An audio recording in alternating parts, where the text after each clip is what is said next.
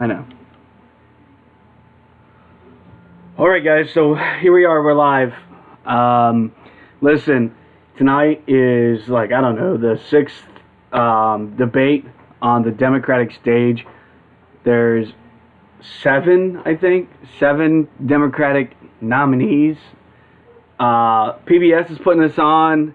CNN is hosting it or sharing it or whatever the hell they're doing with it. They're broadcasting it. And it's going to be held in Loyola Marymount University, Los Angeles, California. So they're definitely setting the stage. It's obviously in a Democratic state. It's obviously probably, well, I don't know much about the university, but I'm assuming that it's probably very much a Democratic university.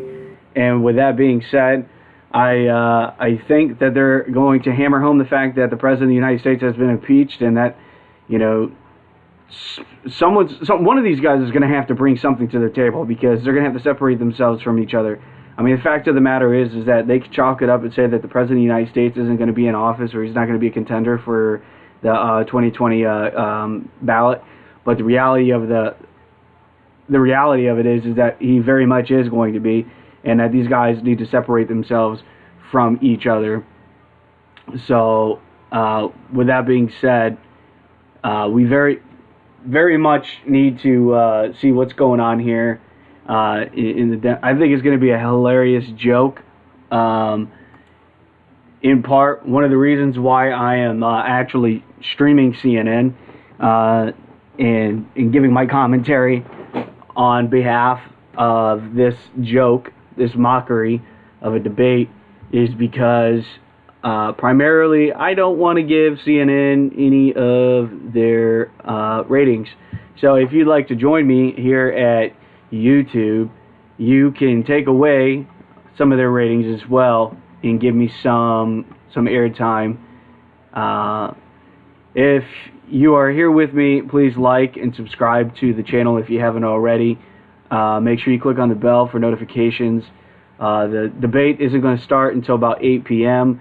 This is the pre-debate that CNN is talking about. So again, it's not going to go on for another 30 minutes or so. And we're not really going to listen to any of the commentary, so to speak, because we all know what they're going to say. They're pretty much going to bash President Trump and the CNN, or for his impeachment. It's CNN, for Christ's sake. Listen, I'm not going to lie. I am a conservative, okay? I am a conservative.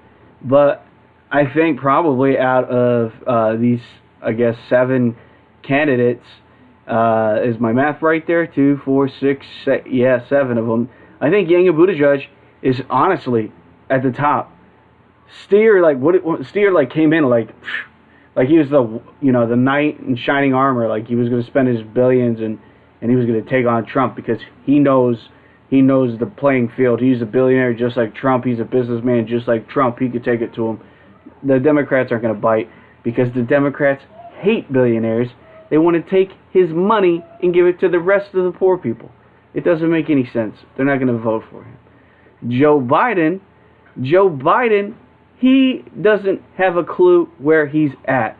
I am going to laugh my ass off when Joe Biden says he's in like Iowa or New Hampshire, when in reality he's in Los Angeles, California.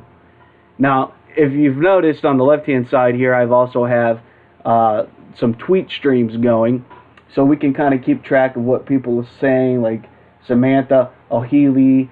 I'm still a Bernie Sanders fan, but Andrew Yang is growing on me the more I read up about him. He's actually not bad. He's not. I would be worried if Andrew Yang got the nominee. Not gonna lie, I would be a little bit worried. Pretty good moderate, got a smart head on his shoulders. He speaks well. He speaks intelligent. I would be pretty worried about him getting a nomination. With that being said, I hope to God he doesn't.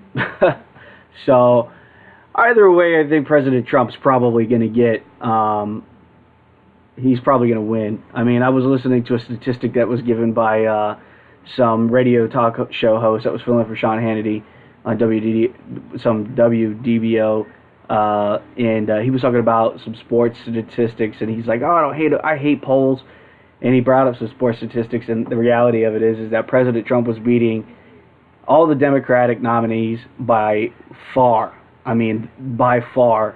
And so he's like, I really like that kind of analysis. So, I mean, maybe we don't really have anything to worry about. I know that we're going to go to the Senate with the hearing or the trial.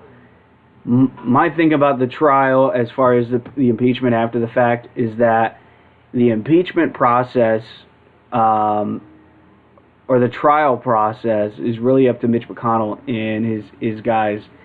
And I would be very much interested. I don't understand the strategy behind not calling witnesses. I don't know about you guys. Let me know what you guys think. Leave some comments, for me. Let me know if you guys think that the Senate should call witnesses or not. I'd like to hear from, Joe Biden. I'd like to hear from Hunter Biden. I'd like to hear from Adam Schiff as to why he heard or his staff was aware of the whistleblower before the whistleblower filed the complaint. I would also like to know why Nancy Pelosi announced formal impeachment inquiries 2 days before the whistleblower complaint was released from the ICIG to Congress. So they obviously had information prior to the whistleblower complaint being released from the ICIG. So there's a lot there that we need to unpack. And I think the Senate calling those witnesses would definitely contribute, would definitely add some value behind that. There's a lot of stuff that's going on around here. One of the things that I don't think the Republicans did very well in any of the debates, not that it would have changed anything. We all know the outcome before it even began. But one of the things I don't think the Republicans did very well is explain the irony behind President Trump investigating a quid pro quo of corruption with the vice president, and they're impeaching him for something basically for the same thing. I mean, the irony there is uncanny. I mean, and I don't think the Republicans did a very good job, and they could have taken that opportunity to smash Joe Biden and just utterly destroy his campaign. And I think in part they were probably worried about lending any credibility to the Democrats about smashing a political rival, for personal favors. But breaking news: Trump wants yes, of course he wants an immediate trial. I mean, why not? Why wouldn't he? I mean, the American people do. I do. No one's. I mean, this is something that's absolutely ludicrous. And I don't know if you guys are aware of this or not, but Nancy Pelosi has taken her sweet time passing that stuff up to the Senate. So I have to go and do a little bit of research as to why she's holding on to that. I got my phone in my hand right now. Let's take a look. But last time I heard, Nancy Pelosi wasn't passing the buck to the Senate. So, with that being said, President Trump is demanding an immediate trial, and Mitch McConnell again. So I'm on our most favorite news agency here, or if that's what you can can I say that word? I don't think I could say that word. If that's what you could call them, we're on Vox right now, guys. So the drama over when Pelosi will send Trump impeachment articles, blah blah blah. Trump officially impeached. What happens next? Due to the Speaker Nancy's surprising announcement late Wednesday that she would not yet take her expected next steps, selecting impeachment managers to make her case and officially transmitting the articles of impeachment to the Senate. At the moment, that doesn't mean too much, since Congress is leaving Washington for the holidays and the Senate wasn't going to begin an impeachment trial until January anyway. Still, it leaves the anticipated next step of impeachment saga, Trump Senate trial, which was expected to start in January, in at least some doubt. So basically what I'm gathering from this is that Nancy Pelosi, before she transmits the articles of impeachment to the Senate, she basically wants to get her ducks in a row so that way she can basically get her prosecutor, so to speak, prepped and ready to present the case to the Senate. So they have to get all of their information and all of their ducks in a row so that way they can go to the Senate, present their case to the senators as to why the President of the United States should be removed from office, and it'll be a dog and pony show, one that'll be awfully hilarious to watch because it's a Republican-controlled Senate, and we all know exactly what that's going to look like. So maybe one or two of them might fall asleep. Who knows? I'm interested into knowing whether or not any of the commentaries, the mediaries or whatever the hell they're called, the people that are asking the questions, I'm interested in whether or not these folks are actually going to ask Joe Biden about his son's involvement in Ukraine. Now, ironically enough, there's actually 3 other elected officials and their children involved in energy sectors within Ukraine and other foreign businesses. So this is insane to me. This is absolutely insane to me. So, I don't know. Is there anything new over here? Let's see. Unite here. Food service workers. Welcome back. Major Yang is on ongoing contract negotiation picket lines.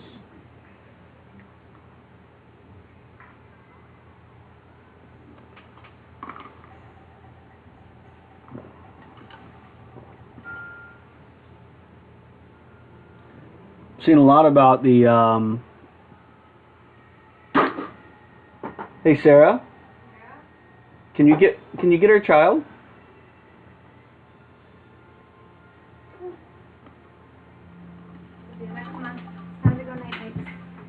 Sorry guys, just looking through here to see if there's anything worthwhile in the tweets.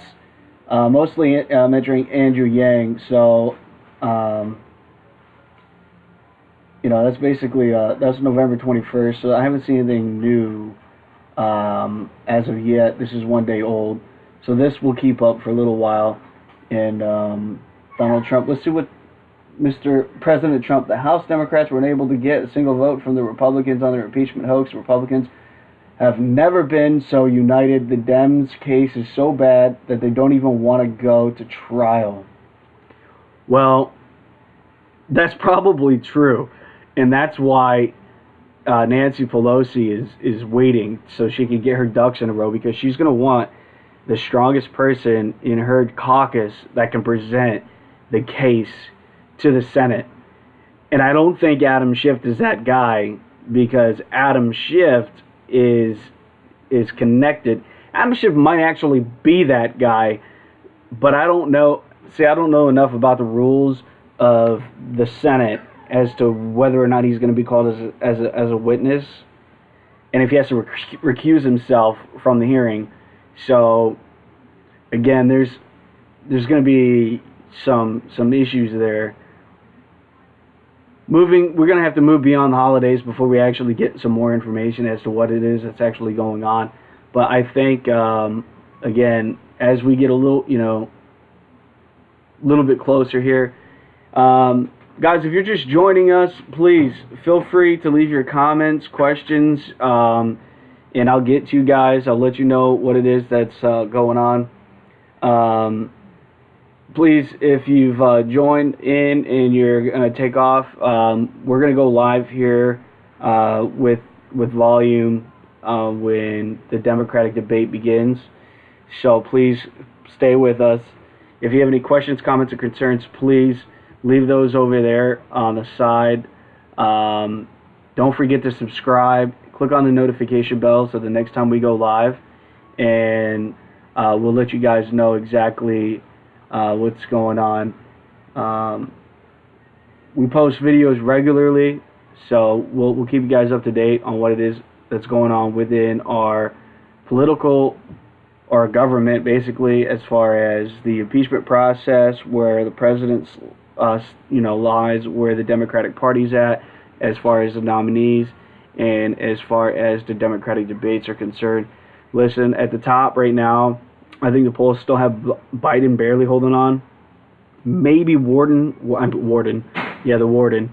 Warren might have taken over, and then you got Sanders closely there. There's something that I actually wanted to bring up to you guys while we're actually waiting. This is something that maybe not a lot of people actually know about, but I went probably about a couple weeks ago and started to look up. There's this organization called Onward Together. Onward Together is a basically a conglomerate, or it's basically Hillary Clinton's umbrella organization to give focus to many different social justice groups. Okay, so if you go to Onward Together and you actually look at how to donate to each of these social justice groups, most of them go through this like sort of third-party vendor called ActBlue. And ActBlue, if I pull this over here, I'm not sure if you guys can see that or not, but ActBlue, if you go down, you'll see Bernie actually received $33 million from them. So yeah, so that's quite a bit of money from ActBlue, $33.9 million. The next was Pete for America, so that was Pete Buttigieg at $29 million, and then you had Elizabeth Warren at $20.7 million. Kamala Harris, Biden only raised 13.4 from ActBlue. Okay, so and ActBlue is they're like a super PAC. They're pretty much grassroots. They go from any of the grassroots organizations. That's basically like their PayPal version of donating to their candidates. So I just wanted to show you guys that. Excuse me for a second here.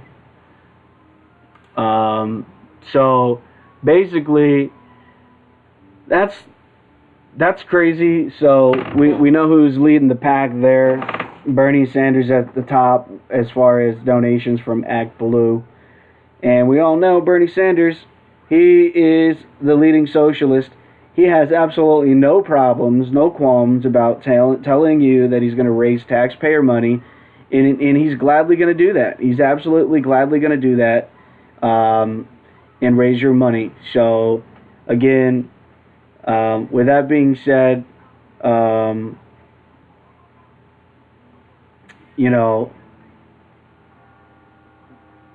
he's got absolutely no issues with what's going on here. I'm gonna turn a little bit of sound on so you guys don't get a whole lot of Jack talking, so you guys can hear a little bit about what's going on from CNN and their commentary. And I'll be back in about 2 shakes of a lamb stick. So, guys, again, please feel free to let me know what you guys' thoughts are on the Democratic debate. Leave the comments right here so I could get back to you guys. And I'd love to have open discussion about what's going on in the Democratic Party and what you guys think about the impeachment process and what you guys think about as far as, whether or not you think he should be removed, President Trump should be removed from office, whether or not you think he shouldn't be removed from office. What do you think about the Democratic nominees, and what do you think they're going to bring to the table? So with that being said, I'm going to go ahead and bring up the sound, and we'll let you guys listen in for a little bit. Looking at somebody else, that means it's a pretty open race. All right, so let's talk to the people who actually know what they're talking about. Everything I just said, I got from somebody else who's sitting next to me anyway. Gloria, as we're looking up on the stage, so Tom Perez, the head of the DNC, is there now. He is more fiery and impassioned. We know that's the job. Before the debate, the guy comes up, he's like the comedian before a late night show. But he is all fire and brimstone. Yeah. He is all Trump. He is all rejection of the America that this president is projecting. We don't hear much of that on the stage, though. Well, they're trying to differentiate from each other. They all are united in having to defeat Donald Trump. I think what the viewers are looking for, and all our polls are saying, is what Democrats are looking for is somebody who can beat Donald Trump. And that's one of the things that somebody like a Pete Buttigieg or Elizabeth Warren has to talk about is their electability, their ability to beat somebody like the President of the United States. I'm not sure that you win that case by talking about your electability. You have to demonstrate Exactly. your electability. Yes. And part of it is, I think, by addressing things that are important to people. Impeachment got all the news yesterday. This court ruling on the Affordable Care Act and the potential of the repeal of unconstitutional, by and the it gives courts it a chance of repeal. This is what helped defeat Republicans all over the country in 2018, and I have to believe you're going to hear a lot about health care tonight. It's the number one issue for Democrats. But I hope we hear about it differently than we usually do. We have taken the number one weapon against the Republicans, health care, and fired it at ourselves for 6 months in terms of saying, Medicare for all versus this versus that. I think ordinary people are very, very concerned that, we could be in a situation under the continuing administration where health care gets worse and worse and worse. I don't think most people really know the difference between Medicare for all, public option. They just want assurance that our values will have us fight for them. And we get so far in the weeds sometimes in these debates, I think we forget that. I hear what you're saying, but isn't this question about health care just emblematic of the question divides in the party of where the party is and what kind of candidate? And yes, everybody says they want the candidate who's going to beat Donald Trump, but nobody really knows what that means. They can make guesses, educated guesses, that if you ask for vote for a nominee who wants incremental change to make Obamacare better and not, somebody who says, I want government to take over, and somebody who the president can say, oh, they're for socialized medicine. But it does go to the question of where the party is and what they really want. So to that point, here's Perez. He just got a round of applause by talking about the list of things that they would change and do differently if they got it. And it raises the question, is the party in the place where each and all of you are suggesting it eventually needs to be, which is one sole criterion? This man or this woman or some combination will beat this president, because that's not the talk on the stage. The talk is, my plan's better than your plan on a level that the president's not even talking. It's not necessarily that criterion. It's just that particular issue is where they are fighting the philosophical debate. But how do you win a fight if you are not standing across but I'm not sure, and looking Chris, at the right person? I'm honestly not sure that this is the stage in an election campaign where you find that unity. These people are trying to they're in market differentiation now, trying to be the nominee.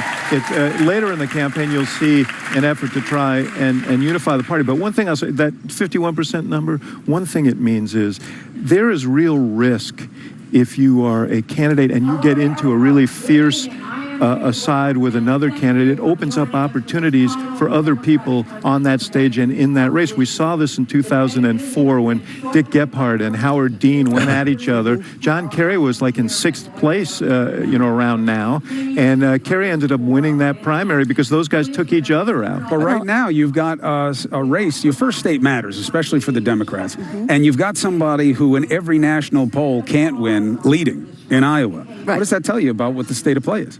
I think. Well, it's up in the air. I mean, that's what it tells you. And look, you get into Iowa. Look, Joe Biden has never won Iowa, so far as I can recall. You have. Hold on, Gloria. They're going to hear the introductions of the candidates for tonight's debate. Let's take it. Here's PBS.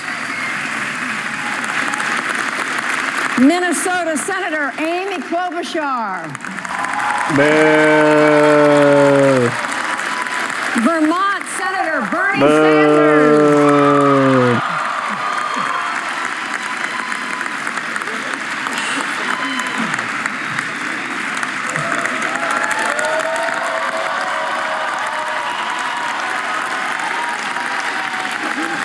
Former Vice President Joe Biden. Boo.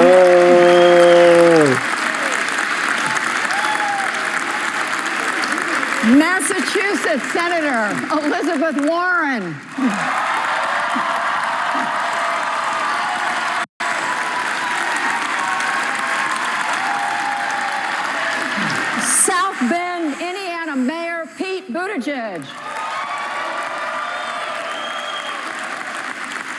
and businessman Andrew Yang.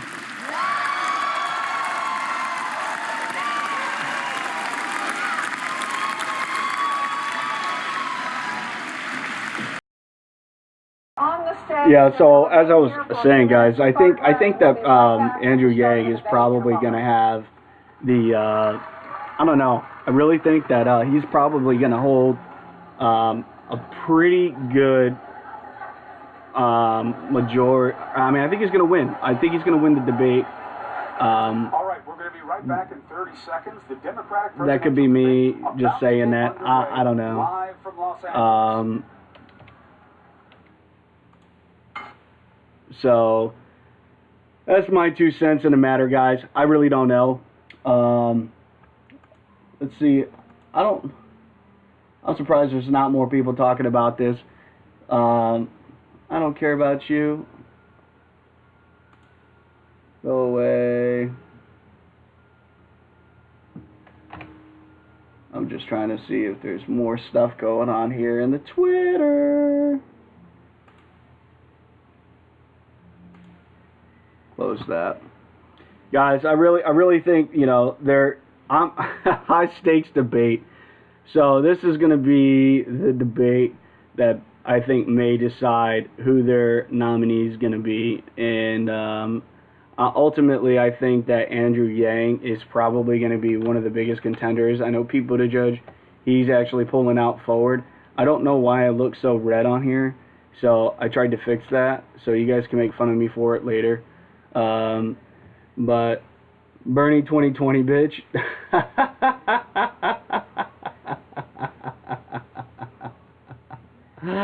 Well, I mean, you're entitled to your opinions. You're definitely entitled to that. I'd like to hear a little bit more as to why you support Bernie if you're still on here. I can't even say your name. Orpheus wrote. If you're still watching, I'm interested in your reasons for that. So again, I don't think he's gonna be a top contender at all. I think he's too far left, and I don't think that he's gonna win any of the moderate Democrats, and I don't think he's gonna win any of the independent vote. And I don't think the Democratic Party wants anything to do with him. As Joe Biden pointed out, they had a hell of a time to try to get Obamacare passed, and the Supreme Court just got rid of the individual mandate. So, I mean, they ruled it unconstitutional. So, I don't understand how you, in the same breath, can seem to think that Bernie Sanders is somehow going to get free health care or mandate free health care for all, and basically get rid of privatized healthcare. So that's going to be interesting. I would really be interested to see what his game plan is for that, because that would be hilarious to see on paper. Furthermore, I would also like to see we already know, I guess, roughly what the cost of that would be. $59 trillion or something like that. I think that's the number I heard. And that's just absolutely insane. And then they go and they say, well, it's going to offset the cost. You're actually going to pay less because you're not going to pay anything in premiums and things like that. Well, I got news for a lot of people who haven't really thought about this. I don't know what those acronyms mean. They're wrote M4A, G&D, C4A, J4A. I don't know what that means. But the thing is that what about healthy people who don't go see the doctors on a regular basis, and their taxes are going to go up? You see, you got the age group, the demographics between the ages of probably 18 and maybe 35 who don't go and see doctors on a regular basis. They don't go see doctors every day or every month or every year. So they might do an annual checkup just to make sure that they're healthy, but for the most part, they don't go see their doctors. So when their taxes go up through the roof, they're paying more out of pocket in taxes than they would in their premiums. So I'm not really sure that would affect the middle class the way that they say they're going to. So that's just my 2 cents in the whole matter. But if you got something else that you'd like to point out, Rope, I'd be interested in hearing a nice debate, a friendly debate here while we're watching the Democratic debate.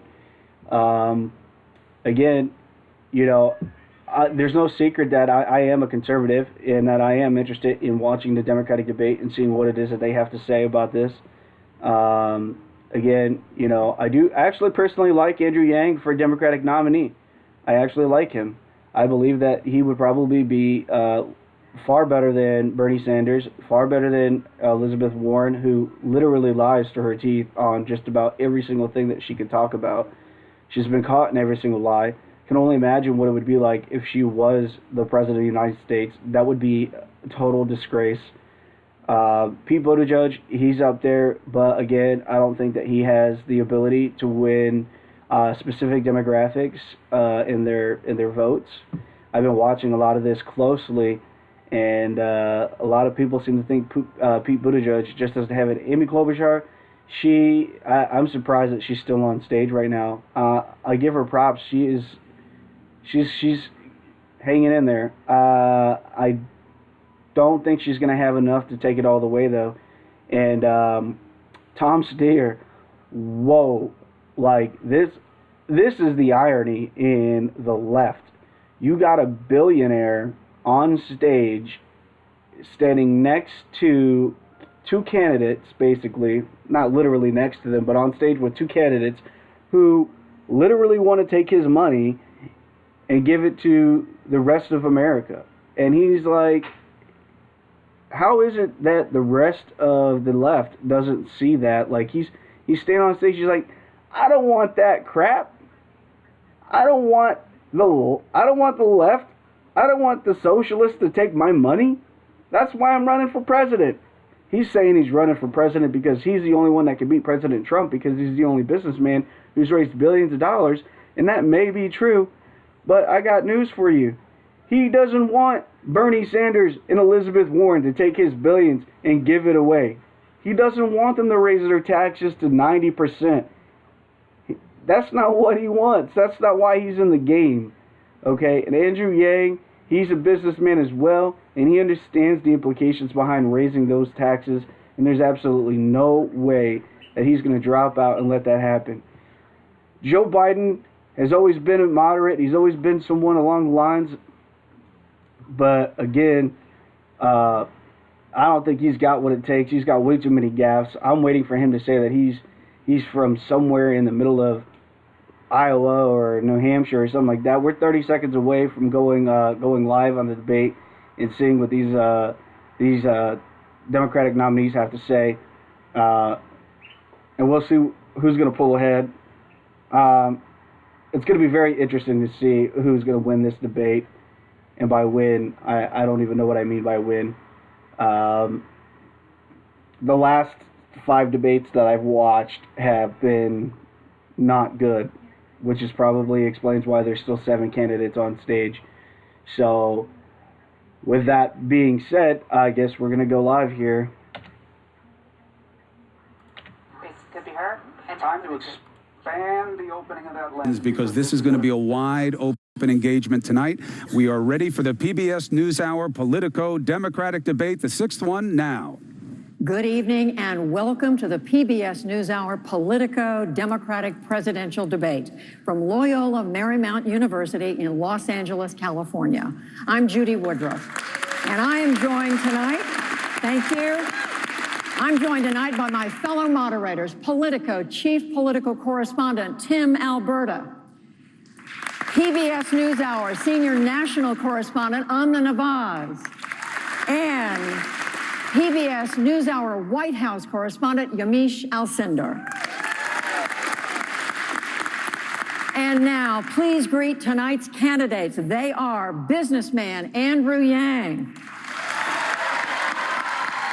South Bend, Indiana Mayor Pete Buttigieg, Massachusetts Senator Elizabeth Warren, former Vice President Joe Biden, Vermont Senator Bernie Sanders, Minnesota Senator Amy Klobuchar, and businessman Tom Steyer. Welcome to all, and we will be right back to begin the debate. Look what's happening to the American workers. They're being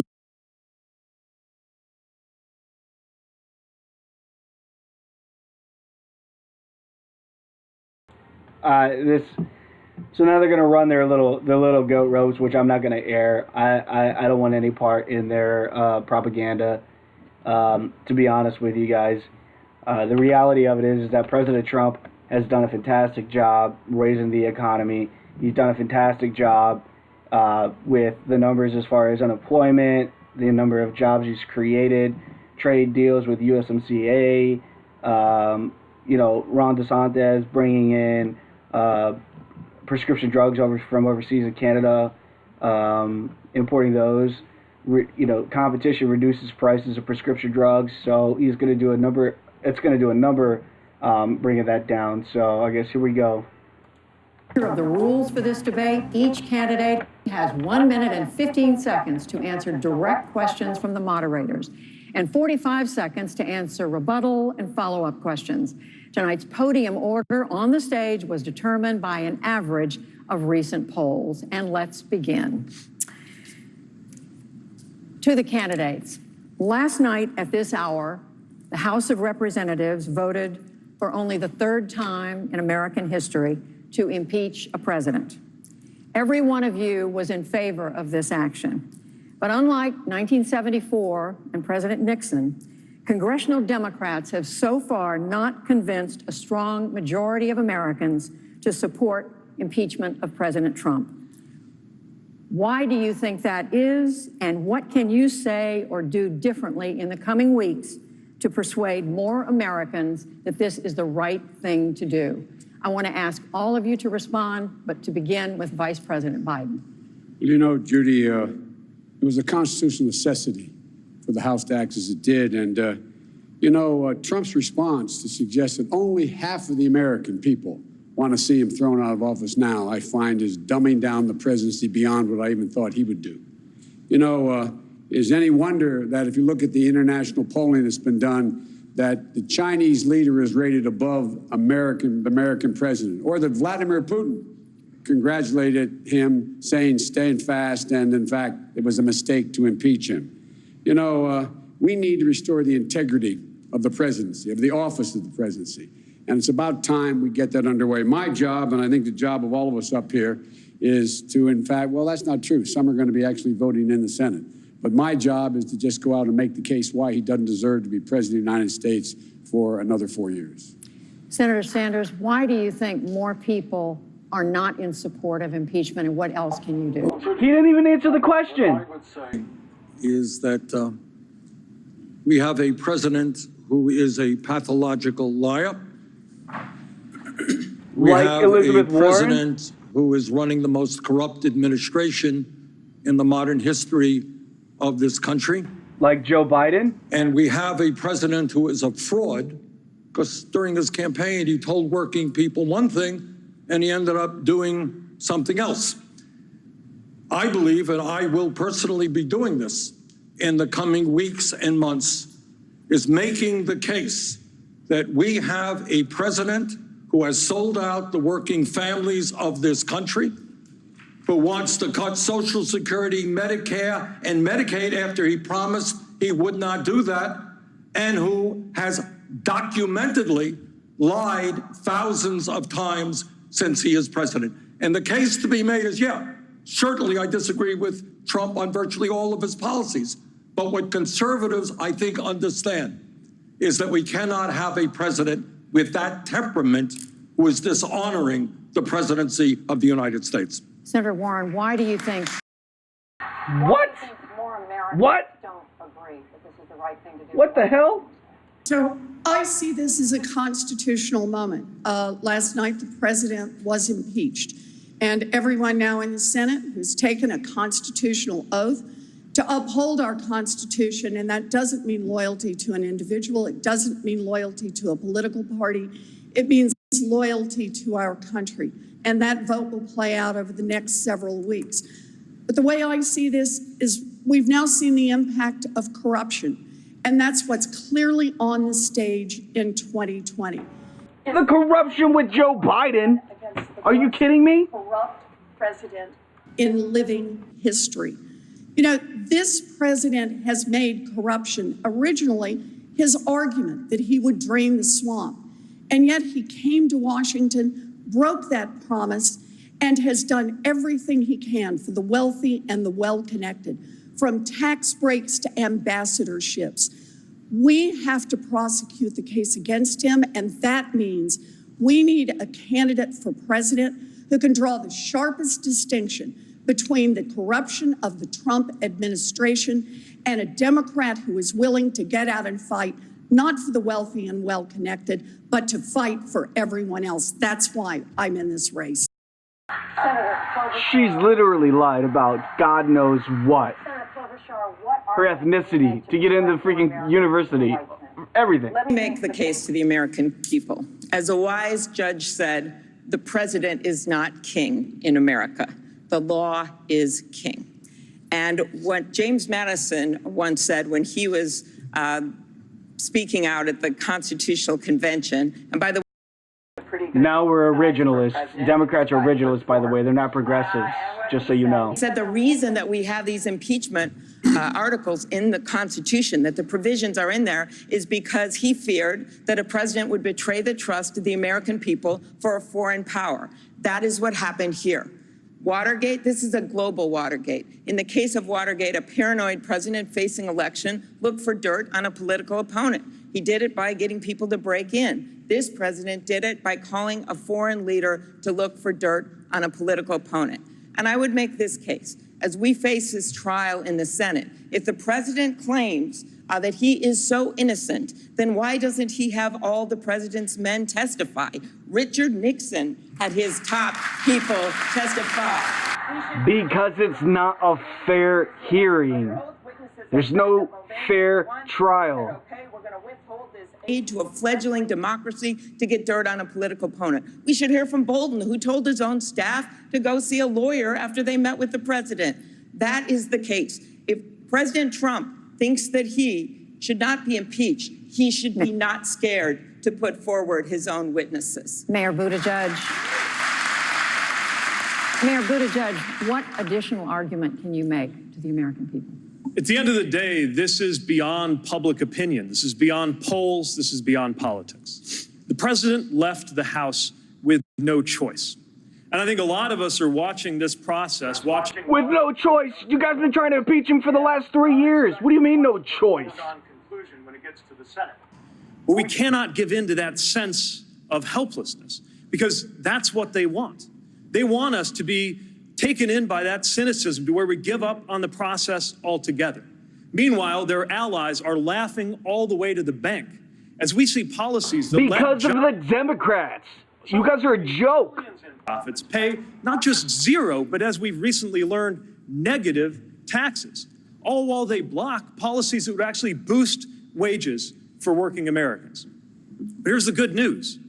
It's up to us. No matter what happens in the Senate, it is up to us in 2020. This is our chance to refuse to be taken in by the helplessness, to refuse and reject the cynicism. That is what this presidential election is about. It is what my campaign is about. Our opportunity in 2020, no matter what happens in Washington, as a country, to change the course of this nation for the better. Mr. Yang, what? Unbelievable. I mean, this is just nuts to me. They've been trying to impeach the man for 3 freaking years. I'm sorry, Mr. Steyer. I'm sorry. Well, let me remind everyone that I'm the person who started the need to impeach movement over 2 years ago. Because I believe what counts here is actually the American people's opinion. Over 8.5 million signed that petition. You spent 2 years trying to convince the American people to impeach a president for nothing. Most corrupt president in American history. It's not a question of political expediency. It's not a question of political tactics. It's a question of right and wrong. So now when we look what's going on, I actually agree with Senator Klobuchar. The question here is, if we want the American people to understand what's going on, we need to have the administration officials testify on TV so we can judge. The court that counts here is the court of public opinion. The American people deserve to see the truth of these administration officials testifying under oath so we can make up our mind. If we want I want every single one of them to go to the Senate. Joe Biden, Hunter Biden, freaking Adam Schiff, and everybody to testify under oath as to why it is the cabal wanted to take down President Trump for the 2 years, and I want your ass there too. To count. That's who I trust, and that's who I trust now. Mr. Yang. It's clear why Americans can't agree on impeachment. We're getting our news from different sources, and it's making it hard for us even to agree on basic facts. Congressional approval rating last I checked was something like 17%, and Americans don't trust the media networks to tell them the truth. The media networks didn't do us any favors by missing the reason why Donald Trump became our president in the first place. If you turn on cable network news today, you would think he's our president because of some combination of Russia, racism, Facebook, Hillary Clinton, and emails all mixed together. But Americans around the country know different. We blasted away 4 million manufacturing jobs that were primarily based in Ohio, Michigan, Pennsylvania, Wisconsin, Missouri. I just left Iowa. We blasted 40,000 manufacturing jobs there. The more we act like Donald Trump is the cause of all of our problems, the more Americans lose trust that we can actually see what's going on in our communities and solve those problems. What we have to do is we have to stop being obsessed over impeachment, which unfortunately strikes many Americans like a ball game where you know what the score is going to be, and start actually digging in and solving the problems that got Donald Trump elected in the first place. We have to take every opportunity to present a new positive vision for the country, a new way forward. We need him in 2020 because make no mistake, he'll be there at the ballot box for us to defeat. Thank you, Mr. Yang. That's why he scares me, guys. He scares me as a Democratic nominee. Americans, and that is the economy. Senator Sanders, today the House of Representatives voted for a new bipartisan trade agreement among the United States, Canada, and Mexico. It was supported by union-friendly leaders like Speaker Nancy Pelosi and big labor groups like the AFL-CIO. They say it is going to be a big job creator. Senator, my question is, will you support this deal? And if not, why not? Judy, you're talking to somebody who, unlike some of my colleagues here, voted against NAFTA, voted against PNCR with China, two agreements that cost us over 4 million decent-paying jobs. Now, I don't agree with your statement that people think this is going to be a great job creator. This is a modest improvement over what we have right now. It would allow, hopefully, Mexican workers to organize into unions, independent unions, and be able to negotiate decent contracts. But at the end of the day, in my view, it is not going to stop outsourcing. It is not going to stop corporations from moving to Mexico where manufacturing workers make less than $2 an hour. What we need is a trade policy that stands up for workers, stands up for farmers, and by the way, the word climate Trump has already done that. of my knowledge is not discussed in this new NAFTA agreement at all, which is an outrage. So no, I will not Forget about climate change. although it makes some modest improvements. Senator Klobuchar. I have a different view. I'll go with my friend Sherrod Brown, who has voted against every trade agreement that's come in front of him, and he's voting for this, and I am too. And the reason I am voting for it is that I believe that we have a change with this agreement. I would not have voted for the agreement that President Trump put forward, but we've got better labor standards, better environmental standards, and a better deal when it comes to the pharmaceutical provision, which I also opposed. 95% of our customers are outside of our borders, and we have to make sure that we have trade agreements that are more fair, because if we can encourage work made in America, every time you hold something in your hand that says made in America, it is the ingenuity of our workers. It is the quality of a product. It is equality of our workers, and it is the hopes and dreams of the American people. I think this agreement, while Senator Sanders is correct, there are some issues with it, is much better than the one originally proposed. And for those farmers in the Midwest, and for those people. Anybody think that they're answering the question as to why they think they can convince the United States populace as to why impeachment is the way to move forward? Because that was the original question. I see some other hands up. I want to move to the next question, and you can bring in, I think, your points with this. But this one I'm going to initially address to Vice President Biden, and that is the overall U.S. economy right now looks strong. The unemployment rate is at historic lows. Unemployment among African Americans is down. The markets are booming. Wages, while not growing as much as many would like, they're still doing about as well as they were in the Obama-Biden era. My question to you, Mr. Vice President, is what is your argument to the voter watching this debate tonight who may not like everything President Trump does, but they really like this economy and they don't know why they should make a change? Well, I don't think they really do like the economy. Go back and talk to the old neighbors in the middle-class neighborhood you grew up in. The middle class is getting killed. The middle class is getting crushed. And the working class has no way up as a consequence of that.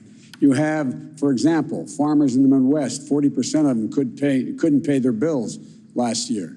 You have most Americans, if they received a bill for $400 or more, they'd have to sell something or borrow the money. The middle class is behind the eight ball. We have to make sure that they have an even shot. We have to eliminate significant number of these god-awful tax cuts that were given to the very wealthy. We have to invest in education. We have to invest in healthcare. We have to invest in those things that make a difference in the lives of middle-class people so they can maintain their standard of living. That's not being done. And the idea that we're not growing. The wealthy, very wealthy are growing. Ordinary people are not growing. They are not happy with where they are, and that's why we must change this. I don't know what world this guy is living in. He is like living in record players. Yes, where I live, folks aren't measuring the economy by how the Dow Jones is looking. Measuring the economy by how they're doing. When you're doing the bills at the end of the month at your kitchen table, and you find that even if your wages have gone up, it's not nearly going as fast as the cost of health and housing. This economy is not working for most of us. For the middle class, and I know you're only ever supposed to say middle class and not poor in politics, but we've got to talk about poverty in this country. There is not one county in the United States of America where someone working full-time at the minimum wage can afford a two-bedroom apartment. In most places, not even a one-bedroom apartment. The biggest problem in our economy is simple. People are not getting paid enough. That is not the result of some mysterious cosmic force. It's the result of bad policy. All the and we've got to goods get change raised. it by raising wages and empowering workers. Guys, raising the minimum wage is not the answer at all. GDP and corporate profits are at record highs in America today. Also at record highs, depression, financial insecurity, student loan debt, even suicides and drug overdoses. It has gotten so bad that our life expectancy as a country has declined for the last 3 years because suicides and drug overdoses have overtaken vehicle deaths for the first time in American history.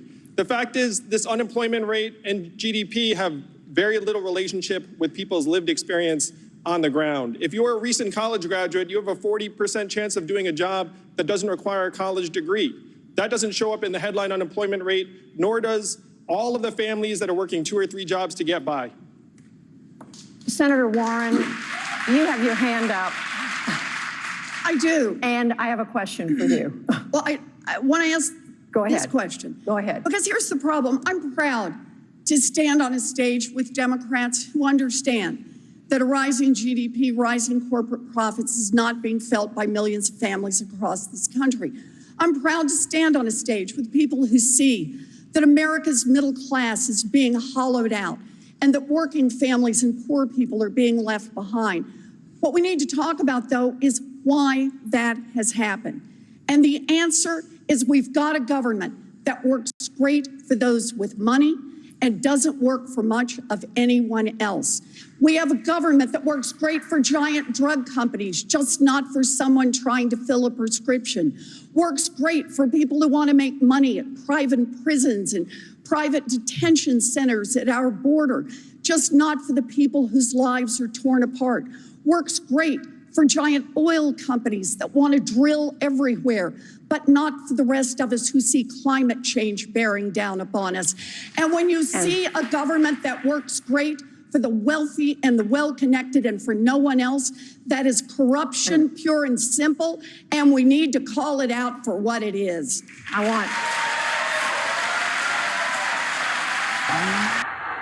This coming from a person who lies. Response, and then I have another question. Look, here's the response. Trump goes around saying the economy is doing great. You know what? Real inflation accounted for wages went up last year? 1.1%. That ain't great. Tonight, while 3 people own more wealth than the bottom half of America, 500,000 Americans, including 30,000 veterans, are sleeping out on the streets. Modern day Robin Hood. The highest rate of childhood poverty of almost any major country on earth. More income and wealth inequality since the 1920s. We need an economy that works for working families, not just the 1%. That is what our campaign is about. Senator Warren, I have a question for you. Every candidate on the stage has proposed tax increases on the wealthy, but you have especially ambitious plans that, apart from health care, would hike taxes an additional $8 trillion over the decade, the biggest tax increase since World War II. How do you answer top economists who say taxes of this magnitude would stifle growth and investment? Oh, they're just wrong.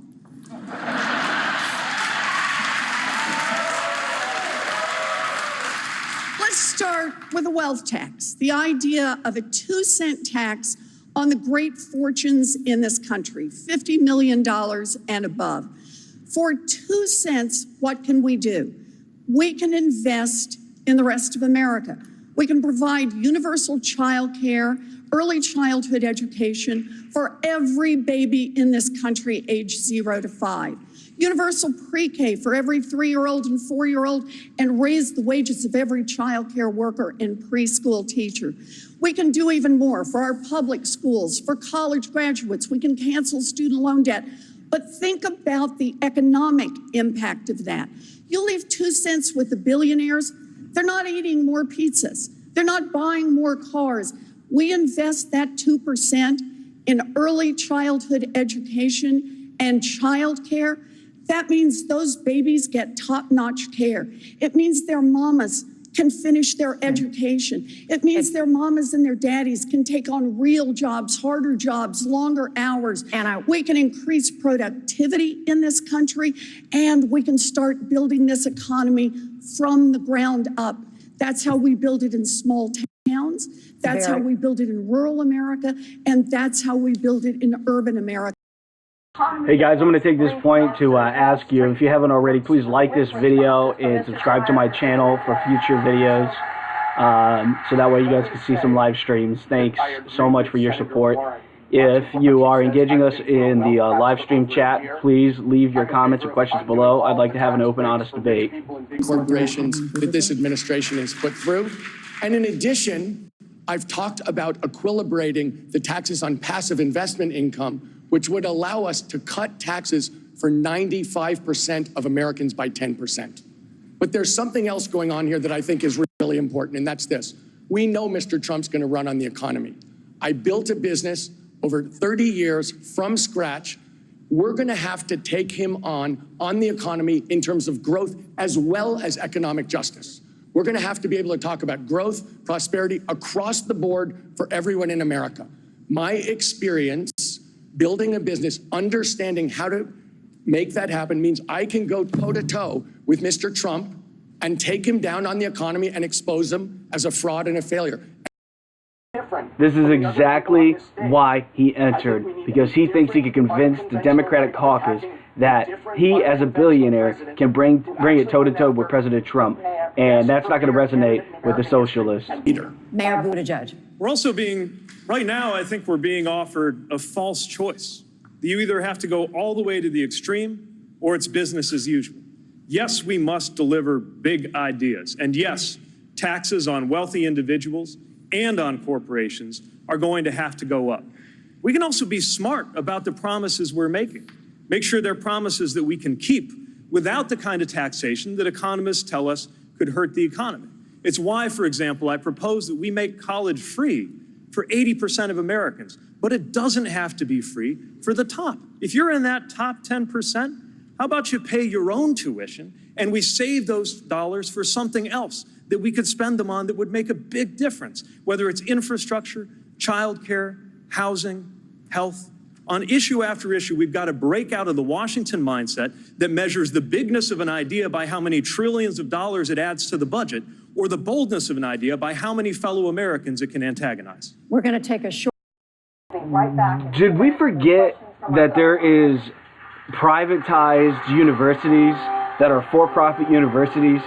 I mean, honestly, these people think that, like, just because we use terms free tuition, free all of this for millions of Americans that want to go to school isn't just something that's going to just happen. It's not something that's so indicative or so native to the United States economy.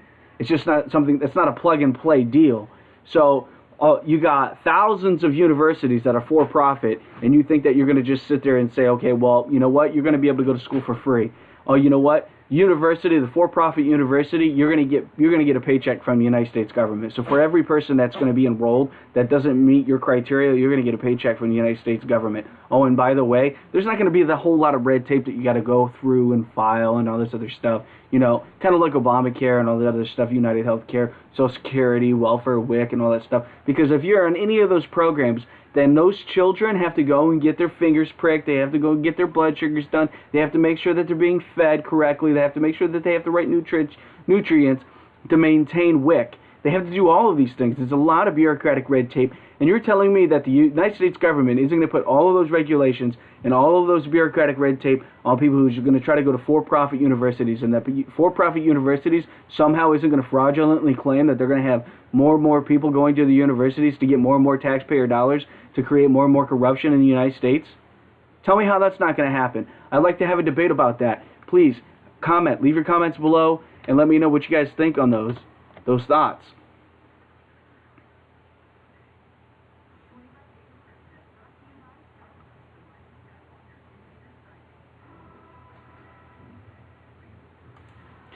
So just to clarify, okay, user 4RR stated that it's illegal to ask for dirt on your opponent.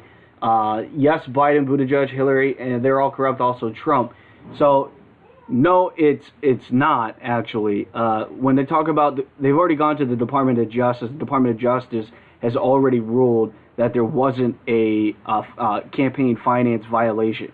So there was nothing illegal about it. So there was no crime committed, just for the sake of accuracy in the debate. Okay, so the Department of Justice have already ruled on that.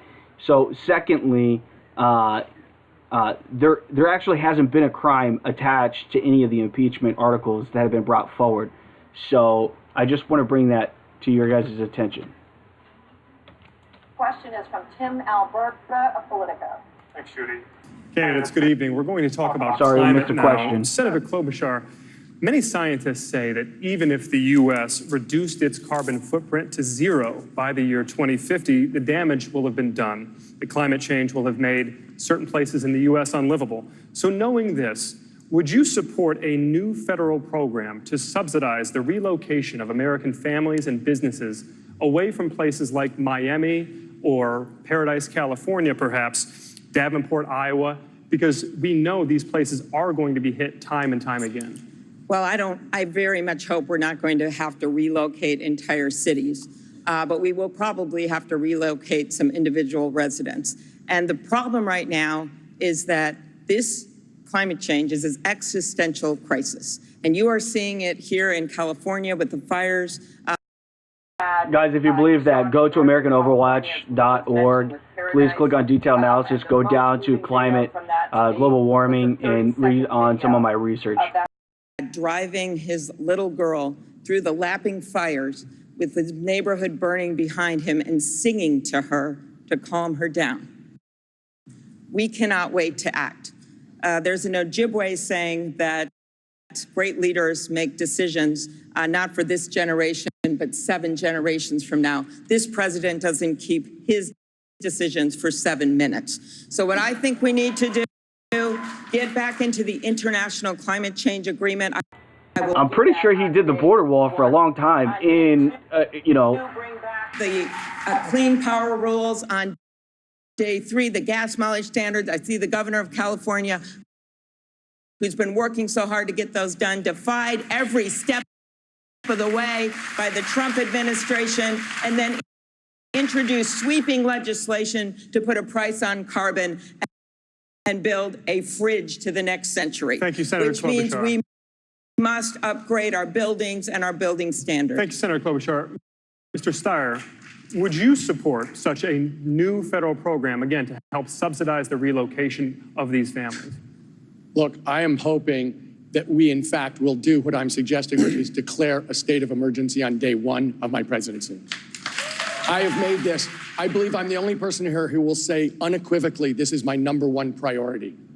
I know that we have to deal with this crisis. I know that we have to deal with it from the standpoint of environmental justice. I've been working on this for more than a decade. I've taken on oil companies and beaten them on environmental laws. I've pushed clean energy across this country. I've prevented pipelines and I've prevented fossil fuel plants. But what I know is this, not only can we clean up. What I just heard is he prevented a lot of jobs. This is also the opportunity to create literally millions of middle-class union jobs well paid across the United States of America.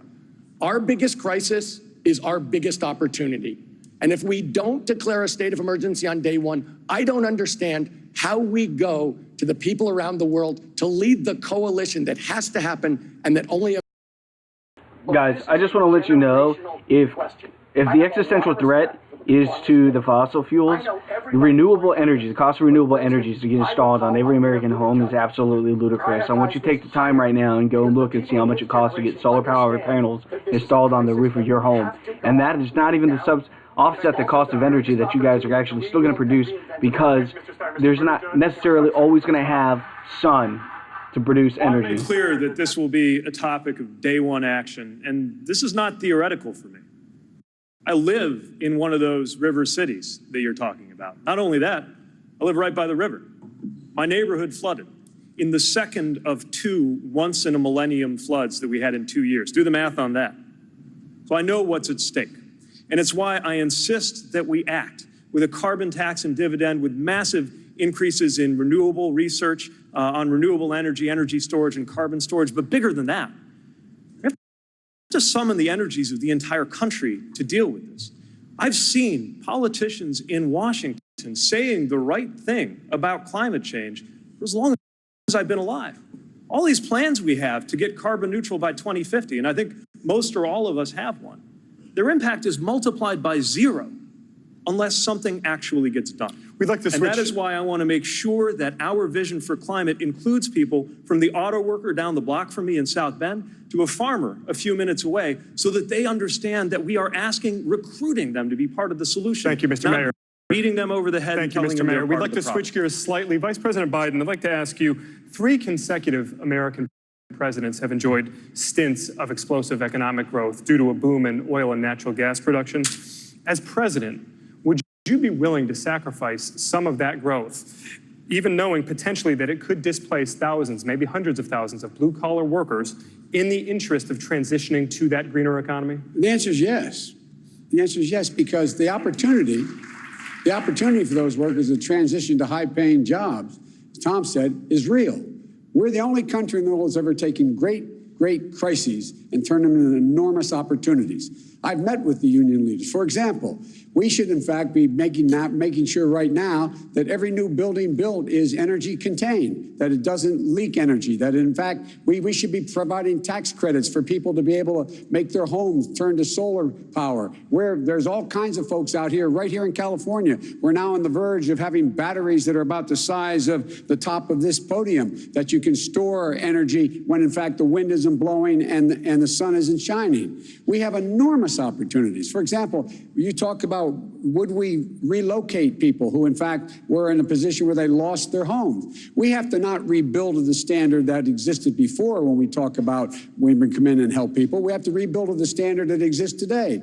For example, we shouldn't build another new highway in America that doesn't have charging stations on it. We have an opportunity to put 550,000 charging stations so that we own the electrical vehicle market, creating millions of jobs for people installing them, as well as making sure that we own the electric vehicle market. There's so many things we can do, and we have to make sure we explain it to those people who are displaced that their skills are going to be needed for the new opportunities. Thank you, Vice President Biden. Senator Sanders. Tim, in all due respect, your question misses the mark. It is not an issue of relocating people in towns. The issue now is whether we save the planet for our children and our grandchildren. The issue, as you should know, what the scientists are telling us is they have underestimated the threat and severity of climate change. You're talking about the Paris Agreement, that's fine. Ain't enough. We have got to, and I've introduced legislation to do this, declare a national emergency. The United States has got to lead the world. And maybe, just maybe, instead of spending $1.8 trillion a year globally on weapons of destruction, maybe an American president, i.e. Bernie Sanders, can lead the world. Instead of spending weapon money to kill each other, maybe we pool our resources and fight our common enemy, which is climate change. Thank you, Senator Sanders. Senator Warren, a new question to you, Senator Warren. Many of our Western allies rely heavily on nuclear energy because it's efficient, affordable, and virtually carbon-free. And many climate experts believe that to realize your goal of net zero emissions by the year 2050 without utilizing nuclear energy. So can you have it both ways on this issue? So I see it right now as we've got to get the carbon. We've got to stop putting more carbon into the air. We've got to get the carbon out of the air and out of the water. And that means that we need to keep some of our nuclear in place. I will not build more nuclear. I want to put the energy, literally, and the money and the resources behind clean energy and by increasing by tenfold what we put into science, what we put into research and development. We need to do what we do best, and that is innovate our way out of this problem and be a world leader. But understand, the biggest climate problem we face is the politicians in Washington who keep saying the right thing, but continue to take money from the oil industry, continue to bow down to the lobbyists, to the lawyers, to the think tanks, to the bought and paid for experts. America understands that we've got to make change and we're running out of time, that climate change threatens every living thing on this planet. But getting Congress to act, they just don't want to hear it. And if we don't attack the corruption first, if we don't attack the corruption head on, then we're not going to be able to make the changes we need to make on climate, on gun safety, on drug pricing, on all of the big problems that face us. Thank you. We need a Washington that doesn't just work for the rich and the powerful. We need one that works for our families. Thank you, Senator Klobuchar, and then I'd like to bring in Senator Yang and Mr. Steyer for follow-ups. Well, I wanted to add to what Elizabeth said. So the way we tackle this corruption is by winning big in this election. And the way we take on climate change in a big way is by, yes, talking about what's happening on the coast, as I just did, but also talking about what's happening in the Midwest, where I'm from. It's not flyover country to me. I live there. And what we are seeing there is unprecedented flooding. We're seeing an increase, 50% increase in homeowners insurance over the last few years. And when we make these changes, we have to make clear to people that when we put a price on carbon, that money is going to come back to those areas where people are going to be hurt, where jobs are going to change, and to make them whole with their energy bills. When you make the case like that, you bring in the Midwestern votes, you win big, and I think the best way to do it is by putting someone at the top of the ticket who's from the Midwest. Mr. Yang, 45 seconds on the issue of nuclear energy. Well, first, we should obviously be paying to relocate Americans away from places that are hit by climate change. We're already doing it. We relocated a town in Louisiana that became uninhabitable because the sea levels rose.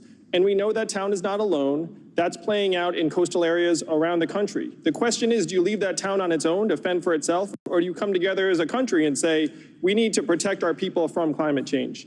Part of my plan is literally called Move People to Higher Ground, because that's what we need to do. And that's literal and figurative. Here in California, it's forest fires and forest management. On nuclear power, I agree with the research. We need to have everything on the table in a crisis situation, which this is. Other countries have had success with nuclear power, and the next generation thorium reactors have a wealth of potential. Thorium is not radioactive the way uranium is. It doesn't last as long, and you can't make a weapon out of it. If we're going to innovate our way out of this, as Elizabeth is saying, then we have to have nuclear on the table. Thank you, Mr. Yang. The last word on climate to you, Mr. Steyer. Look, the point about nuclear power is it's not at a stage in the United States where it's competitive on price. It has a lot of risks to it in terms of disasters, and we have no ability to store the toxins that come out of it and last 100,000 years. We actually have the technology that we need. It's called wind and solar and batteries. So in fact, what we need to do, we can do. We've got to stop taking a look at this as something that we can't do, because we can do this, and we can do it in a way that rebuilds this country on an accelerated basis, creates millions of union jobs, and we come at it from the standpoint of environmental justice. This is our greatest opportunity to reinvent this country, to actually take on the biggest challenge in history and succeed together. You want to pull the country together with all this partisanship? Let's take on the biggest challenge in history and succeed together as a nation. That's what pulls people together. Thank you, Mr. Steyer. Amna. Thanks, Ken. Vice President Biden. Yes. You've been reassuring voters that things will return to normal once President Trump leaves office, that Republicans will have what you call an epiphany and come to the table to work with the Biden administration. But given everything that you have seen from current Republicans, what evidence is there that things will change? Look, I didn't say return to normal. Normal's not enough. Normal, in fact, we have to move beyond normal, whether it's healthcare, the environment, whatever it is. We have to build on what we had started in our administration, and that's been interrupted very badly, number one. Number two, with Trump out of the way, it's not going to change things in a fundamental way, but what it will do is it will mean that we're in a position where he's not going to be able to intimidate the base. His base is not going to intimidate those half a dozen Republicans we may need in other things. I refuse to accept the notion, as some on this stage do, that we can never get to a place where we have cooperation again. If that's the case, we're dead as a country. We need to be able to reach a consensus. And if anyone has reason to be angry with the Republicans and not want to cooperate, it's me. The way they've attacked me and my son and my family, I have no love. But the fact is, we have to be able to get things done. And when we can't convince them, we go out and beat them like we did in the 2018 election in red states and in purple states. Thank you, Mr. Biden. Mr. Yang, I want to switch topics to you, Mr. Yang. A new question. The Democratic Party relies on Black, Hispanic, and Asian voters, but you are the only candidate of color on the stage tonight, and the entire field remains overwhelmingly white. What message do you think this sends to voters of color? It's both an honor and disappointment to be the lone candidate of color on the stage tonight. I miss Kamala, I miss Corey, though I think Corey will be back.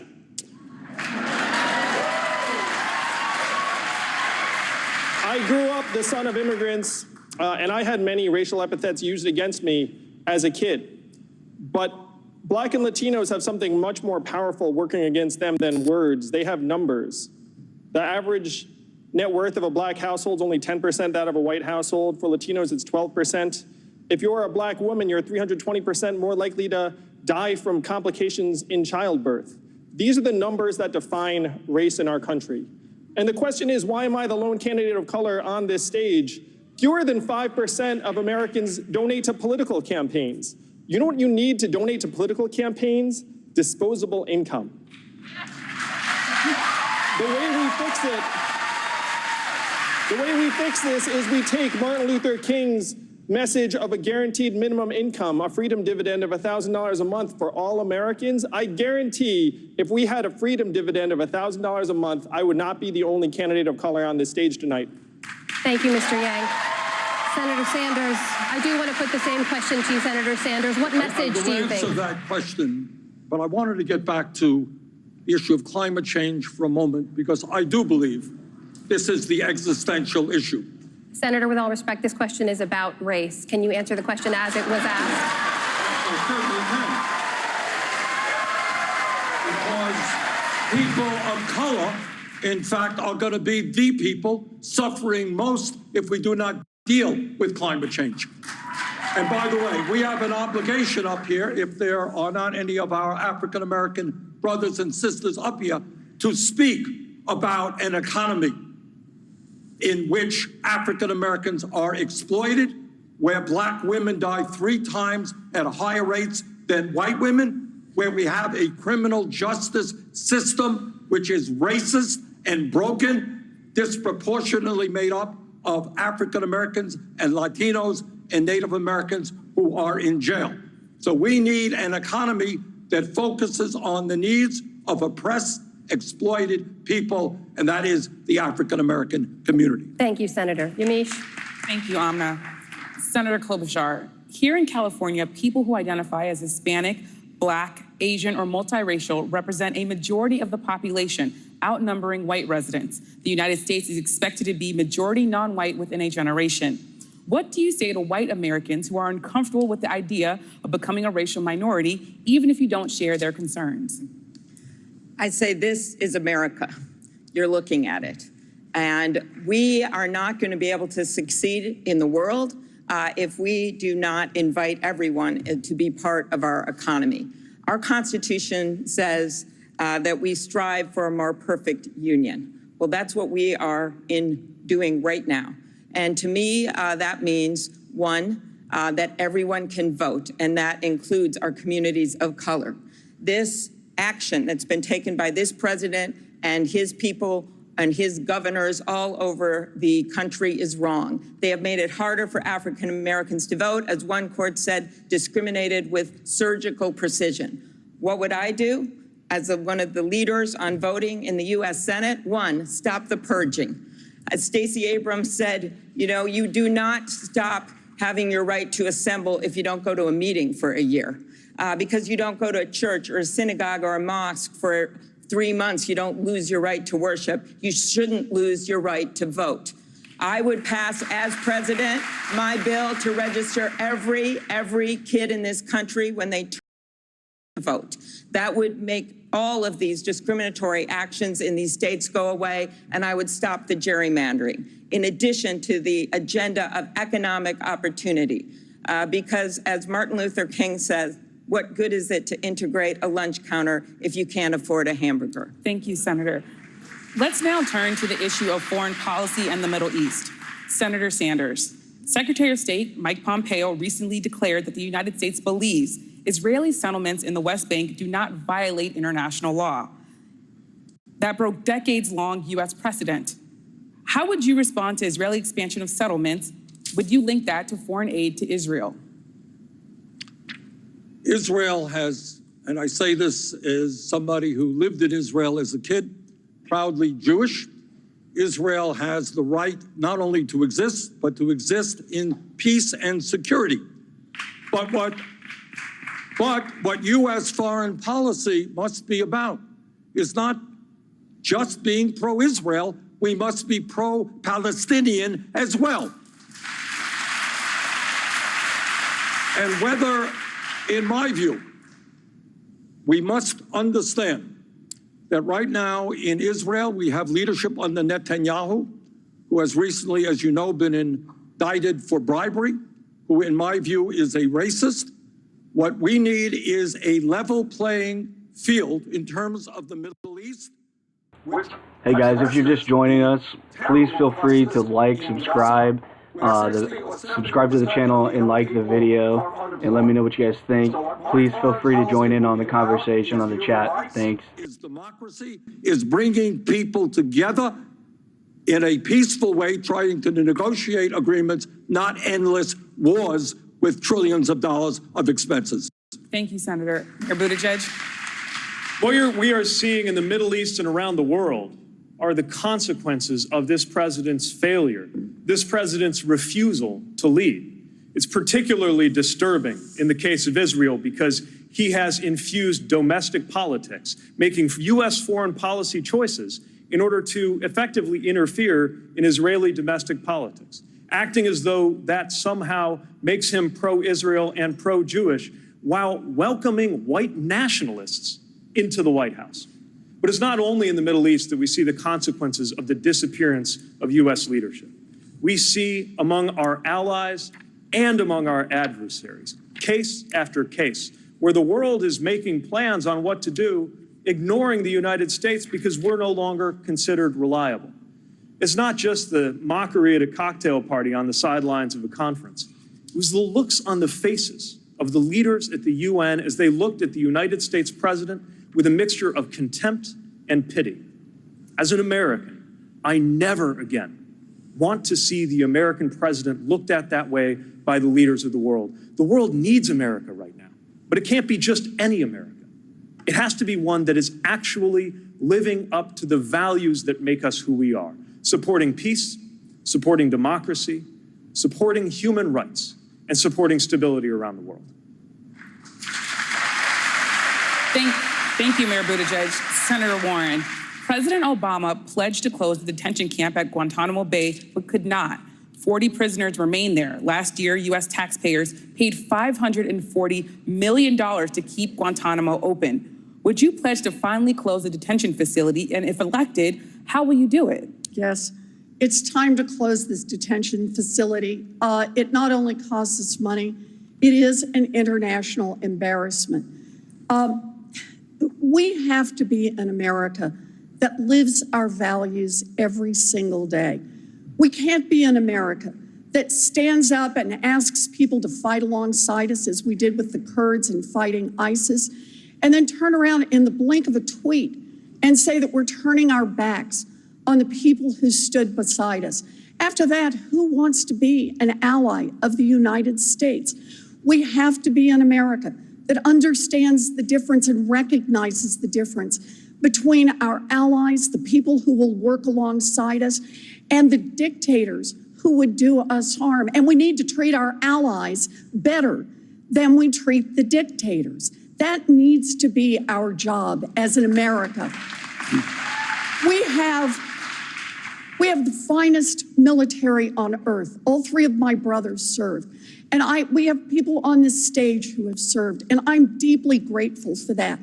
Our military is strong and important, but we need to be an America that relies on our State Department, that relies on diplomacy, that relies on our economic power, and that relies on working together with the rest of the world to build a world that is sustainable environmentally and economically for everyone. Thank you, Senator Warren. Vice President Biden, why couldn't you close Guantanamo Bay? Why couldn't the Obama administration close Guantanamo Bay? We attempted to close Guantanamo Bay, but you have to have congressional authority to do it. They've kept it open. And the fact is that we, in fact, think it's the greatest, it is an advertisement for creating terror. Look, what we have done around the world in terms of keeping Guantanamo open, or what Trump has done by no longer being an honest broker in Israel, there's no solution for Israel other than a two-state solution. It does not exist. It's not possible to have a Jewish state in the Middle East without there being a two-state solution. And he has played to all the same fears and all the prejudices that exist that in this country and in Israel. Bibi Netanyahu and I know one another well. He knows that I think what he's doing is outrageous.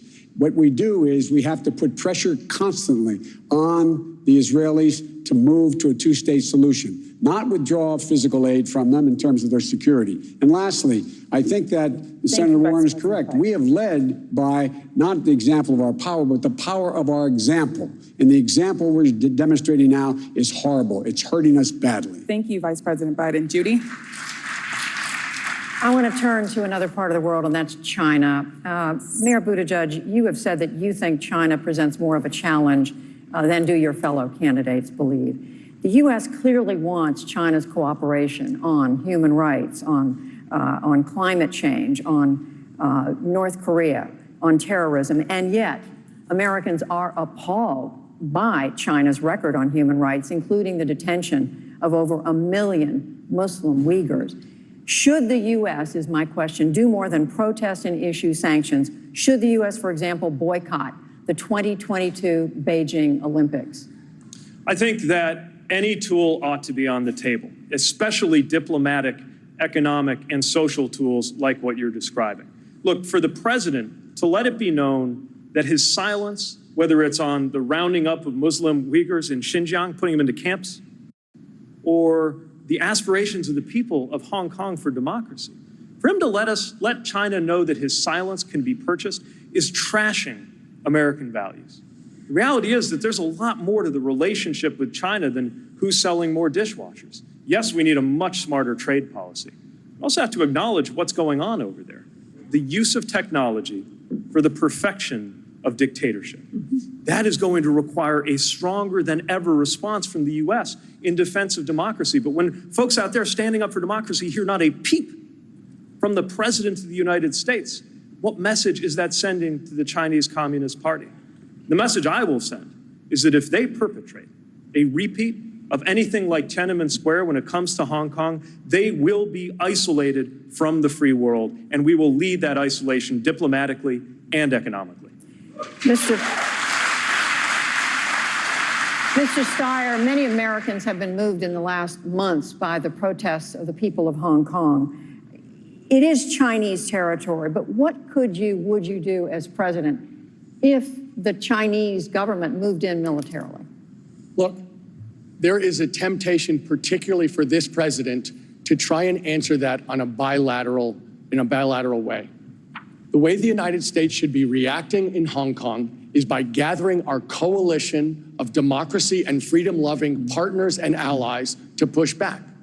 In fact, when we're making moral statements around the world, it should not be us threatening and trying to be the world's policeman. It should be us leading on a value-driven basis with the other people who share our values and want to change the world. We actually can't isolate ourselves from China. In fact, we have to work with them as a frenemy, people who disturb us, who we disagree with, but who, in effect, we are linked to in a world that is ever getting closer. And in fact, if we are going to treat climate as the threat that it is, we are going to have to partner with the Chinese. They're going to have to come along with us. They're going to have to trust us. And together, we're going to have to solve this problem. So the ability to say it's off the table, we need a good relationship with them, and we're going to have to work with them going forward under all circumstances. Thank you, Mr. Steyer. Vice President Biden, on China, we now know that China is engaged in an unprecedented military buildup. They have just launched a new aircraft carrier. There are new signs of their disturbing espionage campaign here inside the United States. There are a number of disturbing signs from the Chinese. National security scholars have long warned about the historical precedent that when there's a ruling power and a rising power, there's likely to be a war. Is the U.S. on a collision course with China? What steps could you take as president? It's on a collision course with China, but not for a war. What we have to make clear is that we, in fact, are not going to abide by what they've done. 1 million Uyghurs, as you pointed out, Muslims, are in concentration camps. That's what they are right now. They're being abused. They're in concentration camps. And what we started in our administration that Trump stopped, we should be moving 60% of our sea power to that area of the world to let, in fact, the Chinese understand that they're not going to go any further. We are going to be there to protect other folks. Secondly, we, in fact, should make sure that we begin to rebuild our alliances, which Trump has demolished with Japan and South Korea, Australia, and Indonesia. We, in fact, need to have allies who understand that we're going to stop the Chinese from their actions. We should be gone to the UN immediately and sought sanctions against them in the United Nations for what they did. We have to be firm. We don't have to go to war, but we have to make it clear this is as far as you go, China. And in terms of their military buildup, it's real, but it would take them about 17 years to build up to where we are. We're not looking for a war, but we got to make clear we are Pacific power and we are not going to back away. Mr. Yang and then Senator Klobuchar. I have family in Hong Kong. I spent 4 months there and seeing what's happening on the streets, it's shocking. They banned face masks in Hong Kong. Why? Because they have AI technology that now is using facial recognition to identify protesters if they so much as do anything on the street, so they can follow up with them and detain them later. This is the rivalry that we have to win where China's concerned. They're in the process of leapfrogging us in AI because they have more data than we do, and their government is subsidizing it to the tune of tens of billions of dollars. I have sat with our leading technologists, and they say they cannot match the Chinese resources. China just produced its first major smartphone that does not have Google apps, and it is now trying to export its technology to the rest of the world. What we have to do is build an international coalition to set technology standards, and then you can bring the Chinese to the table in a very real way, because this is their top priority, and this is where we need to outcompete them and win. Senator Klobuchar. When it comes to foreign policy, I think we need to keep our promises and keep our threats. And this president has done neither. And a country like China, their leaders, they watch that and they know. He has stood with dictators over innocents. He has stood with tyrants over free leaders. He does it all the time. And I have a little different take than some of my colleagues when it comes to what happened at that conference with NATO. Yeah, they were making fun of him, some of the foreign leaders. I've heard senators make more fun of other senators than that. The point of it was that he couldn't even tolerate it. He is so thin-skinned that he walked. He quit. America doesn't quit. So if we want to send a message to the Chinese, we stand with our allies. We stand with them firmly. We have a very clear and coherent foreign policy when it comes to human rights. Check out my website, amyklobuchar.com. I have the 5 R's of our foreign policy about reasserting our values, rejoining international agreements like the Iranian nuclear agreement. But it all comes down to 1 R, returning to sanity. Mayor Buttigieg, and then we're going to take a break. I'm actually not worried about the president's bad sense of humor when it comes to being made fun of. I'm worried about the fact that he is echoing the vocabulary of dictators around the world. Yes. When the American president refers to unfavorable press coverage as the product of the enemy of the people, democracy around the world gets weaker. Freedom of the press, not just here at home, but around the world, gets weaker. It's one more reminder of what is at stake, not just here at home, but for world history, in the imperative that we win this election. Could I respond? This is our chance. Very brief. I just want to make very clear, Mayor, that the freedom of the press is deep in my heart. My dad was a newspaperman, and I am the one that asked every attorney general candidate we've had under Donald Trump, both of whom I opposed, about their respect for the First Amendment. And they have refused to follow the rules that Attorney General Holder put in place when it came to protecting our journalists. They would not commit that they wouldn't put a journalist in jail for doing their job.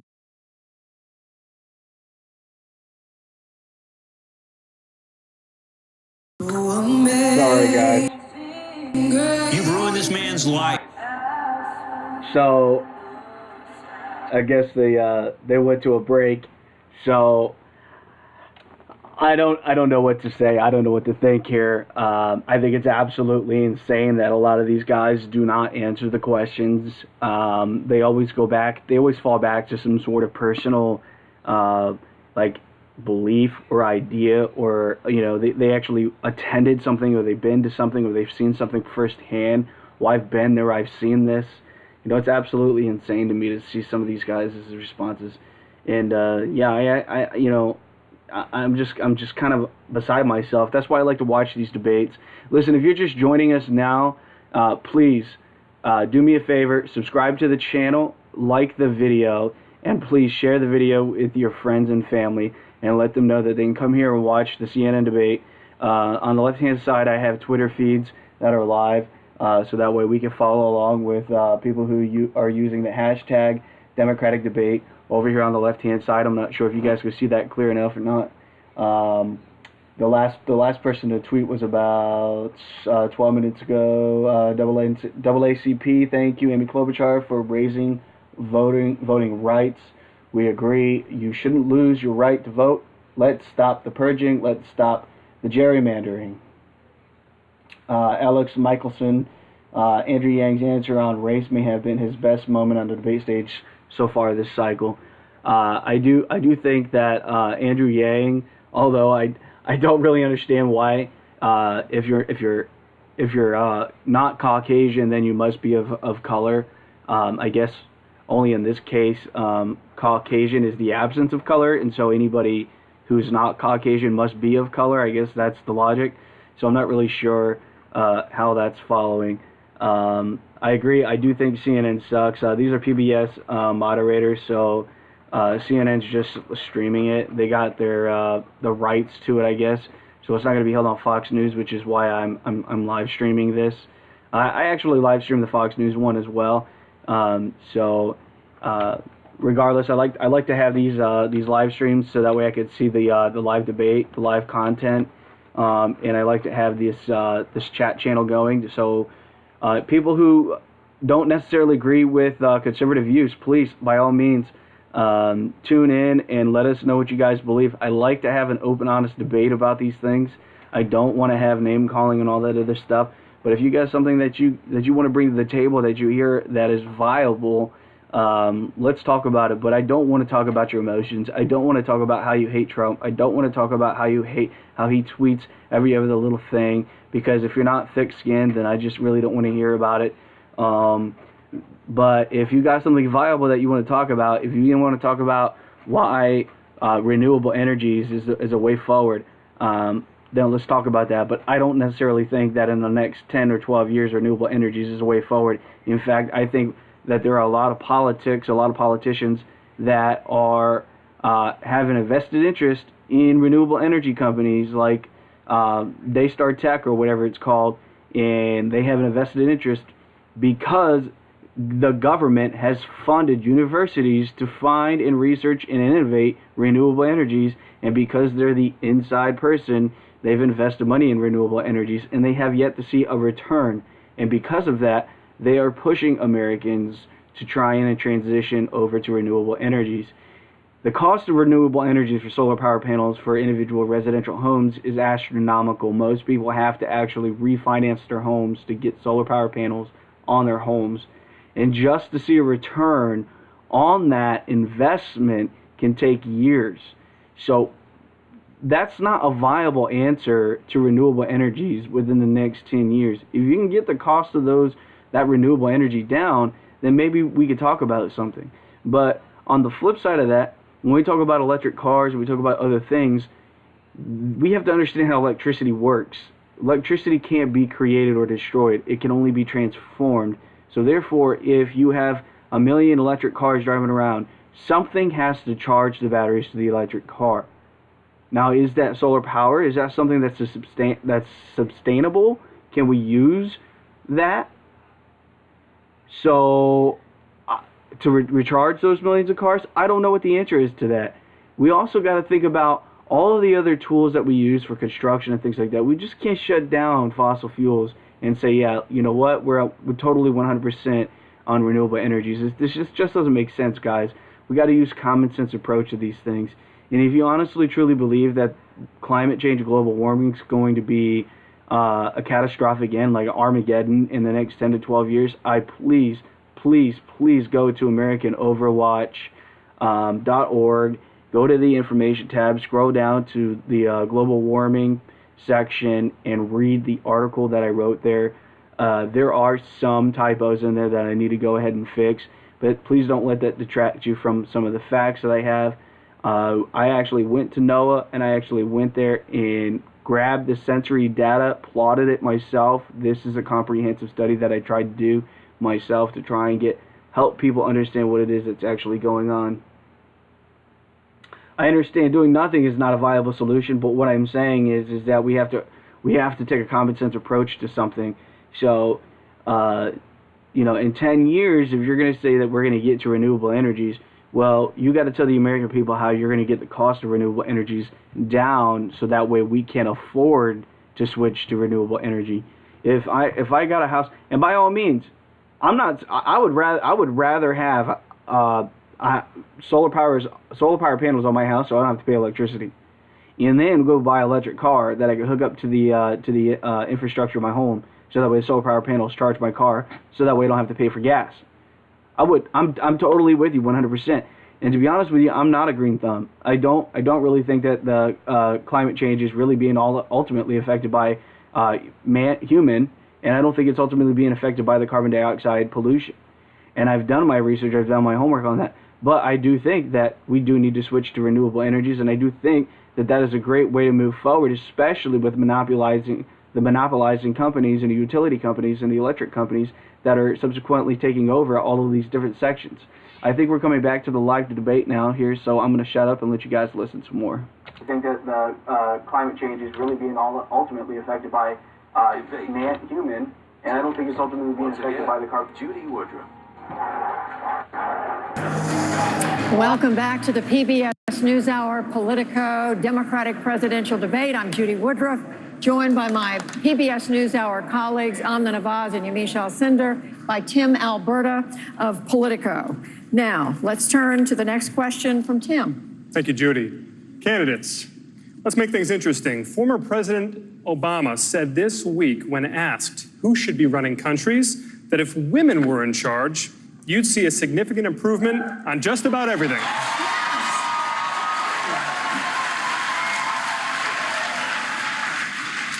He also said, quote, if you look at the world and look at the problems, it's usually old people, usually old men, not getting out of the way. Senator Sanders, you are the oldest candidate on stage this evening. And I'm white as well. Yes. How do you respond to what the former president had to say? I got a lot of respect for Barack Obama. I think I disagree with him on this one. Maybe a little self-serving, but I do disagree. Here is the issue. The issue is where power resides in America. And it's not white or black or male or female. We are living in a nation increasingly becoming an oligarchy, where you have a handful of billionaires who spend hundreds of millions of dollars buying elections and politicians. You have more income and wealth inequality today than at any time since the 1920s. We are the only major country on earth not to guarantee health care for all people, which is why we need Medicare for all. We are facing an existential crisis of climate change. The issue is not old or young, male or female. The issue is working people standing up, taking on the billionaire class, and creating a government and economy that works for all, not just the 1%. Thank you, Senator Sanders.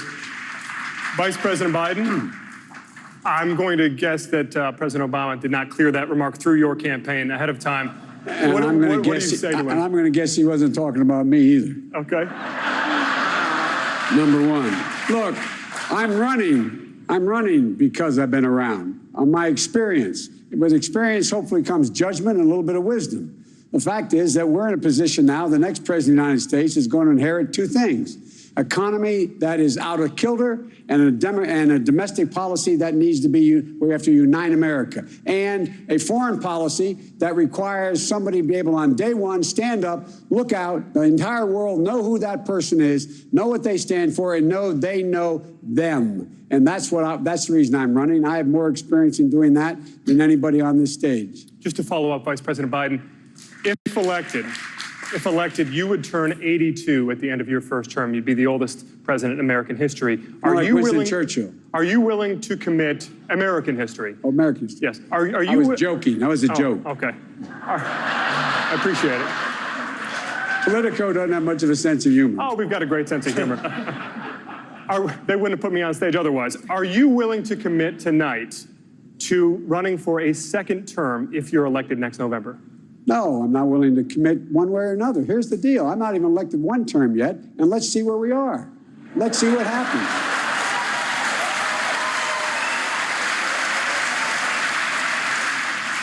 But it's a nice thought. Senator Klobuchar, you had your hand raised. Thank you for asking a woman this question. I think, first of all, we have not had enough women in our government.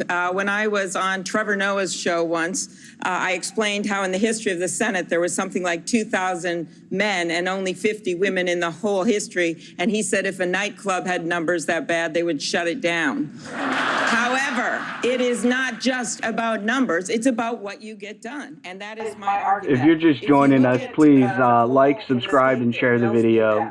Thank you so much, guys. It showed in the state that Hillary had her lowest margin of victory. It showed that I beat Donald Trump by 18 points. I beat him with men more than anyone on this stage. So I think what matters in this election is, can you bring in those rural and suburban areas, particularly in the Midwest?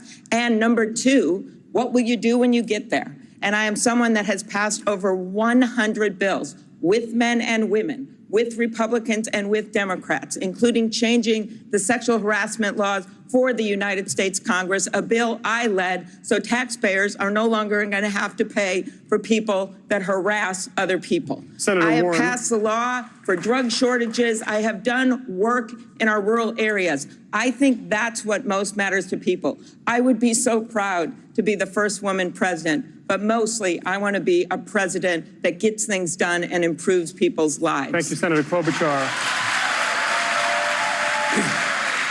Senator Warren, you would be the oldest president ever inaugurated. I'd like you to weigh in as well. I'd also be the youngest woman ever inaugurated.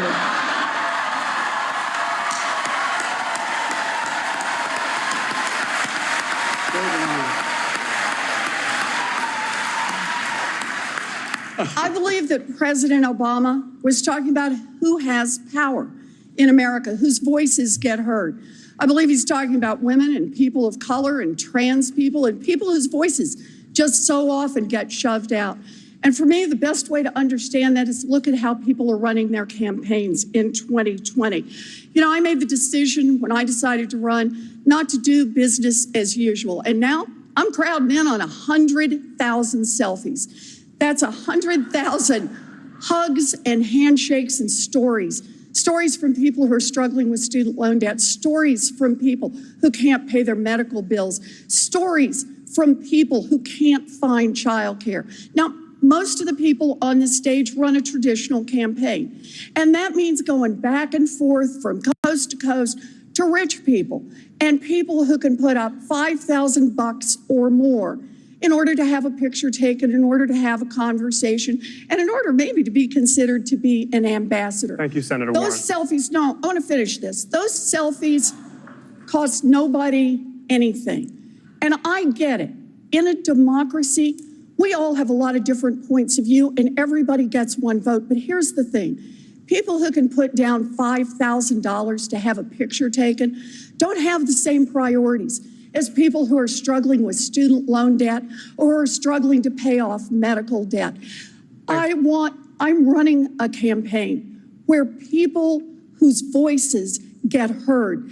We can't have, Thank you, Senator Warren. We can't have people who can put down $5,000 for a check, drown out the voices of everyone else. Thank you, Senator They Warren. don't in my campaign, and they Mayor won't Buttigieg. in my White House. Mayor Buttigieg, you had your hand raised.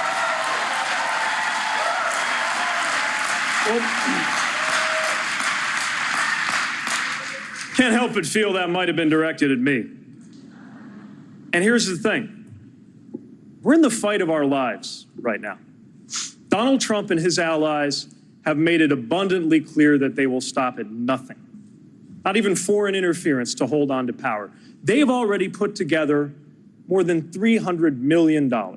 This is our chance. This is our only chance to defeat Donald Trump. And we shouldn't try to do it with one hand tied behind our back.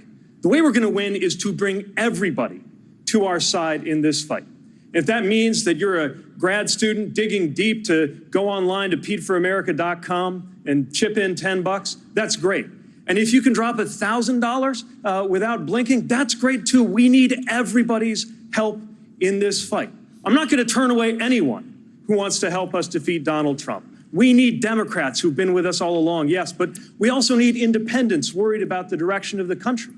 If you were a Republican, disgusted with what's going on in your own party, We're not going to agree on everything, but we need you in this fight, and I will welcome you to our side. Thank you, Mr. Mayor. Senator Warren, 45 seconds to respond. So the mayor just recently had a fundraiser that was held in a wine cave full of crystals and served $900 a bottle wine. Think about who comes to that. He had promised that every fundraiser he would do would be open door, but this one was closed door. We made the decision many years ago that rich people in smoke-filled rooms would not pick the next president of the United States. Billionaires in wine caves should not pick the next president of the United States. Mr. Mayor, your response. You know, according to Forbes magazine, I am literally the only person on this stage who's not a millionaire or a billionaire. So if this is important, this is the problem with issuing purity tests you cannot yourself pass.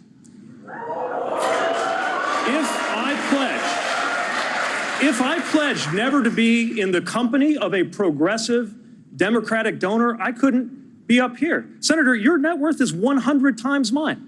Now, supposing that you went home feeling the holiday spirit, I know this isn't likely, but stay with me, and decided to go on to PeteForAmerica.com and give the maximum allowable by law, $2,800. Would that pollute my campaign because it came from a wealthy person? No, I would be glad to have that support. We need the support from everybody who is committed to helping us defeat Donald Trump.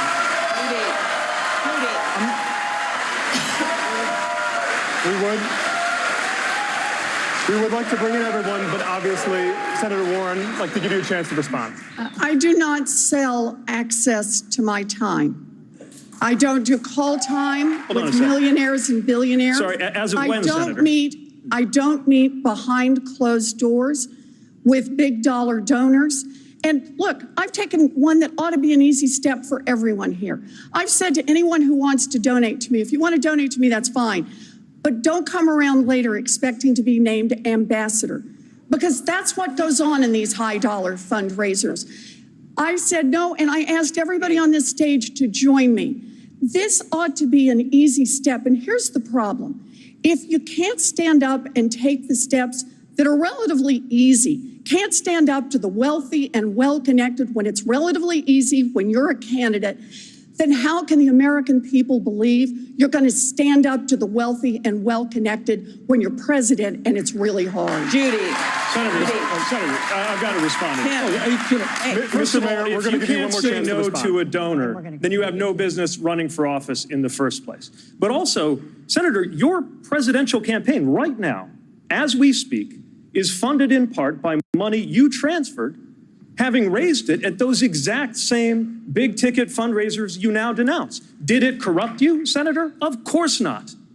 So to denounce the same kind of fundraising guidelines that President Obama went by, that Speaker Pelosi goes by, that you yourself went by until not long ago in order to build the Democratic Party and build a campaign ready for the fight of our lives, these purity tests shrink the stakes of the most important election. Judy. We'd like to bring everyone in. We'd like to bring everyone in. We'd like to bring everyone in, but Senator Klobuchar had your hand up first. I did not come here to listen to this argument. I came here to make a case for progress, and I have never even been to a wine cave. I've been to the Wind Cave in South Dakota, which I suggest you go to. So what is making a case for progress about? That is what unites us up here instead of what divides us, which is campaign finance reform. That means passing a constitutional amendment to overturn Citizens United. It means making the first bill we pass when I am president will be H.R. 1, which is the ethics reform. Guys, I know that I just said this, but if you're pleased joining us, don't forget to subscribe to my channel, click on the bell for notifications, and like this video. Thanks, guys. Well, we can, but only if we win this election big. Not by arguing with each other, but by finding what unites us and getting this done. I came to make a case for progress. Well, thank you, Senator Klobuchar. Senator Sanders. I am rather proud, maybe, I don't know, the only candidate up here doesn't have any billionaire contributions. But you know what I do have? We have received more contributions from more individuals than any candidate in the history of the United States of America at this point in an election, averaging $18 apiece. Now, there's a real competition going on up here. My good friend Joe, and he is a good friend, he's received contributions from 44 billionaires. Pete, on the other hand, is trailing, Pete. You only got 39 billionaires contributing. So, Pete, we look forward to you. I know you're an energetic guy and a competitive guy to see if you can take on Joe on that issue. But what is not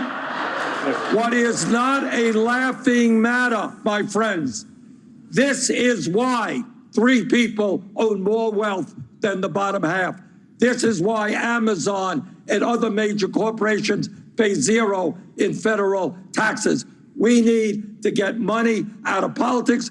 We should run our campaigns on that basis. Thank you, Senator Sanders. Vice President Biden, 45 seconds to respond. My average contribution is $43, number one. That's number one. Number two, the idea that the senator is suggesting that I am in the pocket of billionaires, when in fact they oppose everything that I have ever done and continue to do. I have made sure from the very beginning, every one of my fundraisers is open to the press, every single solitary one, not one single time, period. And I've made sure that you know exactly where the largest contribution I've accepted is $2,800, which is allowed under law. And I'm the first person to introduce the constitutional amendment to make sure that there is all public funding of elections and all private funding. And we all should take a commitment, make a commitment to that right now on this stage. In the meantime, you got to fund a campaign. And we, in fact, have funded a campaign, average contribution, $43. Thank you, Vice President. Mr. Steyer, I would like to bring you in. Can I? Listen, I'm running because this government is broken because it's purchased by corporations. And I've spent 10 years fighting those corporations and beating them and building grassroots organizations to push power down to the people. That's what I've been doing for a decade. But let me say this. There's someone who's loving this conversation, and his name's Donald Trump. That's right. We know how he's going to run. He's told us last week, he looked at a group of Americans and said, I don't like you, you don't like me, it doesn't matter, you're going to support me because the Democrats will destroy the economy in 15 minutes. We need to go after this guy. He's a different breed of cat, and we need to beat him. And we need to talk about prosperity. And I spent 25 years building a business. We're going to have to take him on the economy, not have these kinds of conversations and tear each other down, but actually go after this corrupt president and beat him on the economy where he thinks he's king and where, in fact, he's a fraud and a failure. Thank you, Mr. Steyer. We're going to end it there. Amna? Yes, Tim. I want to turn now to an issue that's been in the headlines quite a bit, and that is immigration. Mr. Yang, we have a question here from a professor right here at Loyola Marymount. There are nearly 200,000 DACA recipients, so-called dreamers, in the state of California, more than any other state, including several students right here at LMU. If you win and you reinstate DACA through executive action, another president could just overturn it again. So will you move on a permanent legislative fix for dreamers in your first 100 days if elected? Of course I would. I'm the son of immigrants myself, and I know that dreamers are essentially Americans in everything but this legal classification.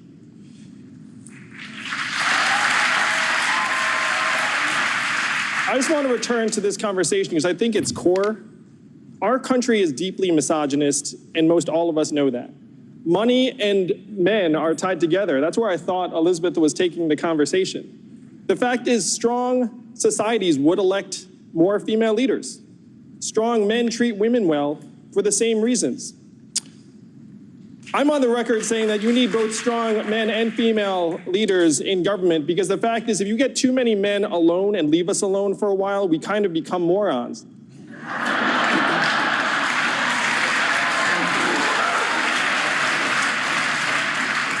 So it's related to our campaign finance rules because right now the fact is we operate in a fundamentally anti-woman marketplace. And that includes the marketplace for politicians. If we were to put 100 democracy dollars into the hands of every American voter, instead of 5% contributing, you'd see that rate skyrocket to 50 or 60%, and you'd have many, many more women who would run for office because they don't have to go shake the money tree in the wine cave. Thank you, Mr. Could I Yang. address- I'd like to follow up. The question again, Mr. Yang, Could was I about address Dreamers. immigration You pledged to move on a permanent legislative fix in your first 100 days.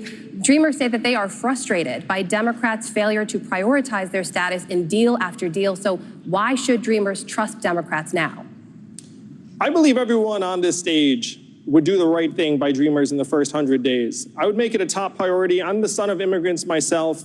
The fact is, almost half of Fortune 500 companies were started by an immigrant or children of immigrants. Immigrants make our country stronger and more dynamic. And immigrants are being scapegoated for issues they have absolutely nothing to do with. If you go to the factory in Michigan, it's not wall-to-wall immigrants, it's wall-to-wall robot arms and machines. We have to send the opposite message of this administration. And as your president, I think I could send a very clear message where if you're considering immigrating to this country, and I'm the president, you would realize my son or daughter can become president of the United States. That's the opposite of the current administration, and that's the message I would love to send to the world. Thank you, Mr. Yang. Senator Sanders, a related question to you. Actually, Senator Sanders, I have a new question for you. You can respond to Mr. Yang's comments as well. I can't respond to the immigration question? This is related, sir, but there are estimated to be as many as 12 million undocumented immigrants in the U.S., more than 2 million right here in California. If you have a chance to forge a bipartisan immigration reform plan, would you insist on a path to citizenship for all 12 million or just a segment of that population? No, this is what I would do. Day one, executive order. Restore the legal status of 1.8 million young people in the DACA program. Day one, we change border policy so that federal agents will never snatch babies from the arms of their mothers. Day one, we introduce bipartisan legislation, which will in fact be comprehensive, which will result in a path toward citizenship for all of the 11 million who are undocumented. That is what the people of our country want. Trump thinks mistakenly that he is going to win re-election by dividing us up. We are going to win this election by bringing our people together, Black and white and Latino, Native American, Asian American. That's what this campaign is about. That's what America must be about. Senator Klobuchar. Thank you. I started my day-to-day with a group of immigrants who were there talking to me about housing. And I thought about this president and what he's done. He has used our immigrants as political pawns. Every single day, he tries to draw a wedge. I will be a different president. My view on this comes from experience. When I got to the Senate, Senator Kennedy asked me to be one of the 2 new senators that was in the group to work on the immigration reform package. We got so close to passing that. I voted for it. Not everyone did, but most of the Democrats did. Then I was on the Judiciary Committee when President Obama was president, and we worked very hard on that immigration reform. We actually passed that with Republican votes. Then I was in the small group that worked on the compromise on the Dreamers that would have solved that problem. We didn't get that done because this president gut-punched us. Thank you, Senator. I will take my views. I will take this experience. I will get this done because immigrants don't diminish America. They are America. Thank you, Senator. Mr. Steyer, briefly a response. Listen, I think it's important to note that this president is not against immigration. He's against immigration by non-white people. Yes. This is his attempt to divide us, as Senator Sanders said, on race. And that's what he's been doing since the very first day he started running for president. He's been vilifying non-white people. He's been trying to inflame his base and scare them that if, in fact, white people lose control of this country, that they're going to lose control of their lives. And as somebody who lives in a majority-minority state, which is California, what he's doing is so wrong on so many different levels. I agree with Senator Sanders. We have to reframe this argument completely. We have to go back to the idea that every American is worth being a full human being on every right. This is a racial argument by a racist president who's trying to divide us and who's vilifying people. It's absolutely wrong, and it's led him to break the laws of humanity in our name. Thank you, Mr. Steyer. Mayor Buttigieg, a new question to you, Mr. Mayor. You said last month that the U.S. owes compensation to children separated from their families at the southern border. The consensus among child welfare experts is that those thousands of children will likely suffer lifelong trauma as a result of that separation. Are you committing, as president, to financial compensation for those thousands of children? Yes, and they should have a fast track to citizenship, because what the United States did under this president to them was wrong. We have a moral obligation to make right what was broken. And on the larger issue of immigration, my understanding of this issue isn't theoretical. It's not something I formed in committee rooms in Washington. It begins with the fact that my household, my family, came from abroad. My father immigrated to this country and became a U.S. citizen. It comes from the fact that I'm the mayor of a city where neighborhoods that were left for dying are now coming back to life, largely because of the contributions, mainly of Latino immigrants. And I've seen those same neighborhoods shut down, families huddling in church, panicking just because of the rumor of an ICE raid. That did not make our country safer. Could I respond? I had to look into the eyes of an 8-year-old boy whose father was deported, even though he had nothing so much as a traffic ticket against his name, and try to think of something to tell that boy, because I couldn't tell him what he most wanted to hear, which is just that he was going to have his dad back.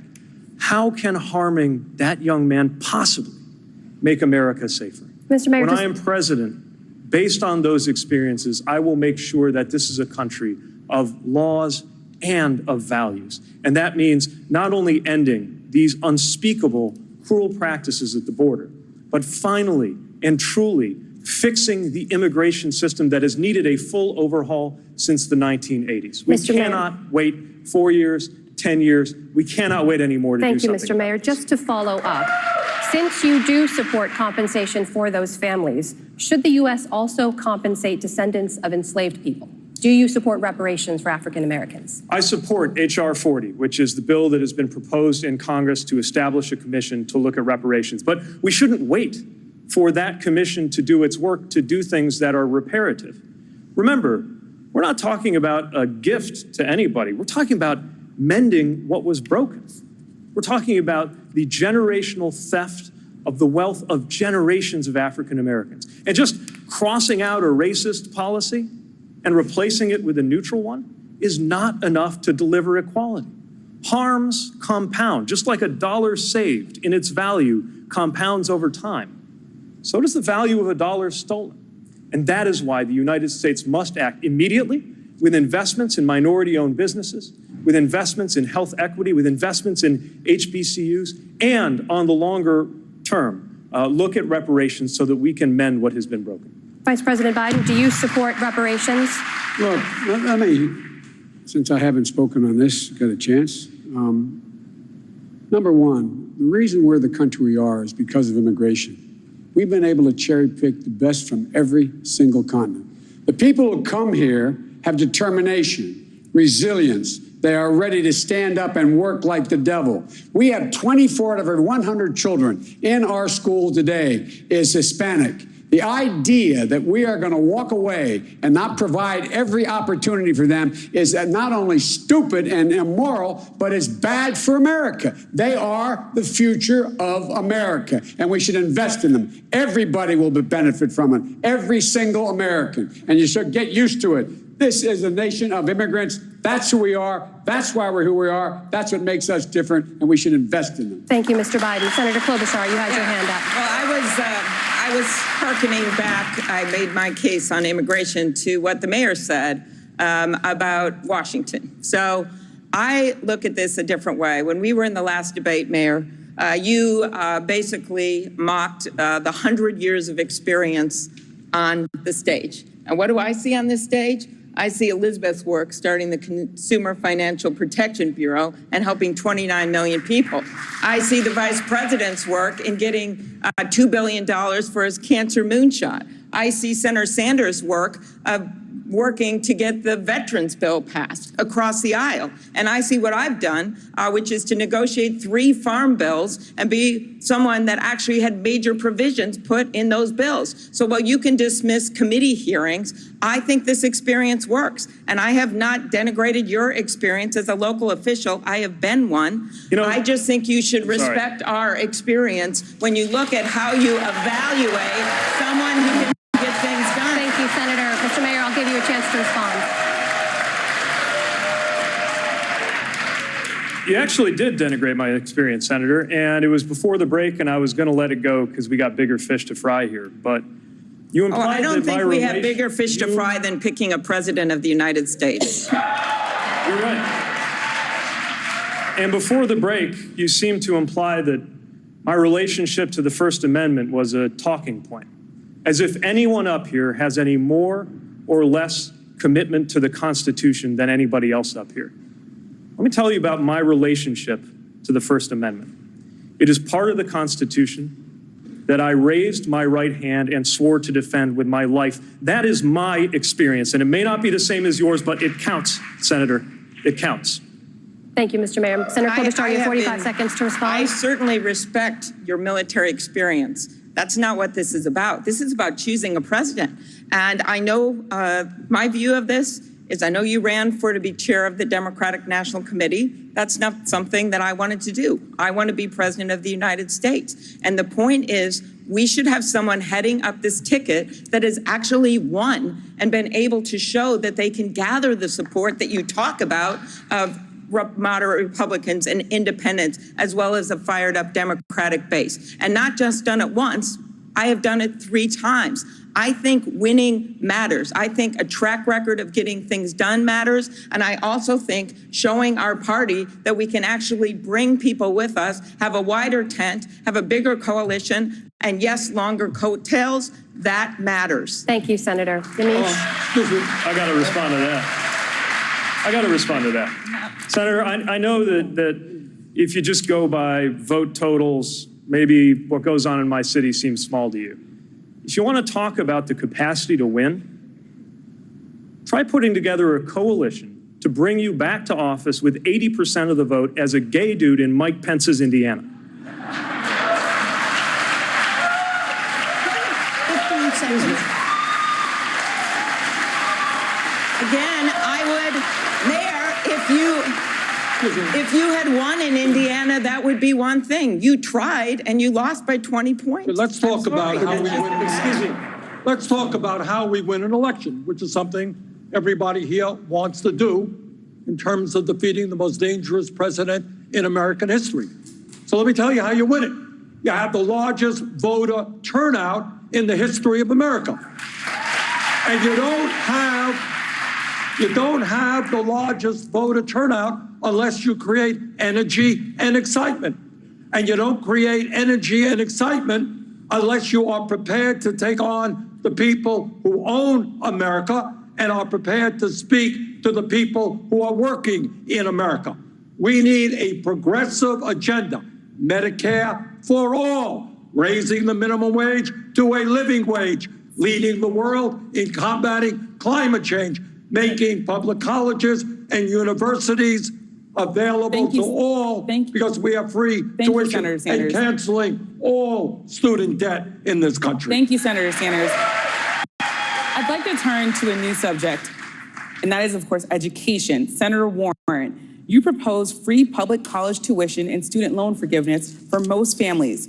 Why should wealthy families be able to send their kids to public college for free?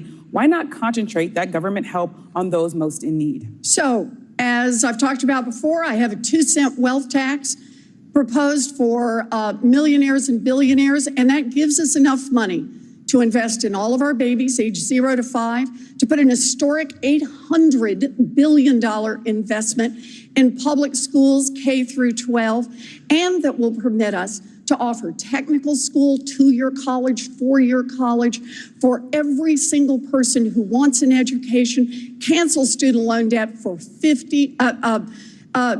put a $50 billion investment in our historically Black colleges and universities, and cancel student loan debt for 43 million Americans. Look, This is about money, but this is also about values. We need to make an investment in our future. And the best way to do that is let's invest in the public education of our children. That starts when they're babies and it goes long after high school. We want to have families. I meet families every day in the selfie lines who talk about what it means to be crushed by student loan debt. That's why I have a proposal popular among Democrats, popular among Republicans, popular among independents, to ask those at the top to pay a little more so somebody can get rid of that student loan debt, so they can make an investment in themselves, start a small business, buy a car, create a future for themselves and for this country. Thank you, Senator. I see some hands, but I want to go to Mayor Buttigieg. Mayor Buttigieg, your plan offers free or discounted public college only to families making up to $150,000 a year. Do you think Senator Warren's plan offers free college to too many families? I do think that if you're in that lucky top 10%, I still wish you well. Don't get me wrong. I just want you to go ahead and pay your own tuition. Now, we can still have public service loan forgiveness for those who go into lower income fields to deal with that. But if you're in that top 10%, I think you're going to be, for the most part, okay.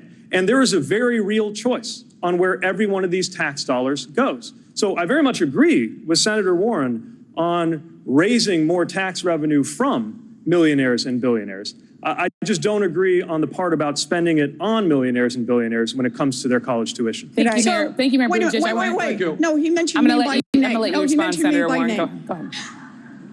Look, the mayor wants billionaires to pay one tuition for their own kids. I want a billionaire to pay enough to cover tuition for all of our kids, because that's how we build a future. The other part is we've got to deal with student loan debt. And right now, most of the people on this stage are nibbling around the edges of a huge student loan debt burden that disproportionately affects people of color. African Americans are more likely to have to borrow money to go to school, more likely to borrow more money while they're in school, and have a harder time paying it off. We want to make an investment in the future, then open up education for all of our kids. That's how we build a future. Senator Sanders. Could I respond after? I believe in the concept of universality. And one of the crises in America today is people are sick and tired of filling out forms. So you're not eligible for the program today because you're at 150, but you lost your job, are you eligible? You got a better job, you're eligible. I think what we have to do is what we do with Social Security, what we do with public education. Donald Trump's kids can go to a public school. They should be able to go to a public school. What we need right now is a revolution in education. We have got to end this dysfunctional child care system and make sure that every working class person in this country can find high quality, affordable child care. We need to make public colleges and universities tuition free. And by taxing billionaires and by taxing Wall Street, we will cancel all student debt in this country. Thank you, Senator Sanders. Tim?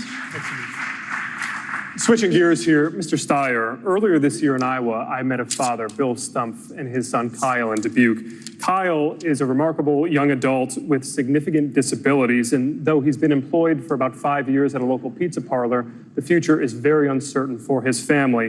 Bill worries that there aren't enough jobs, living facilities, social programs designed to meet the needs of his son. So I'm wondering, as president, are there specific steps that you would take to help people like Kyle become more integrated into the workforce and into their local communities? Look, the United States has made a commitment to treat everybody equally. And that means supporting people with disabilities, both in terms of education and later when they're part of the workforce. That means bringing the resources to bear to make sure that we're treating them fairly in school and after school, to try and integrate them fully and to make them have as full a life as possible.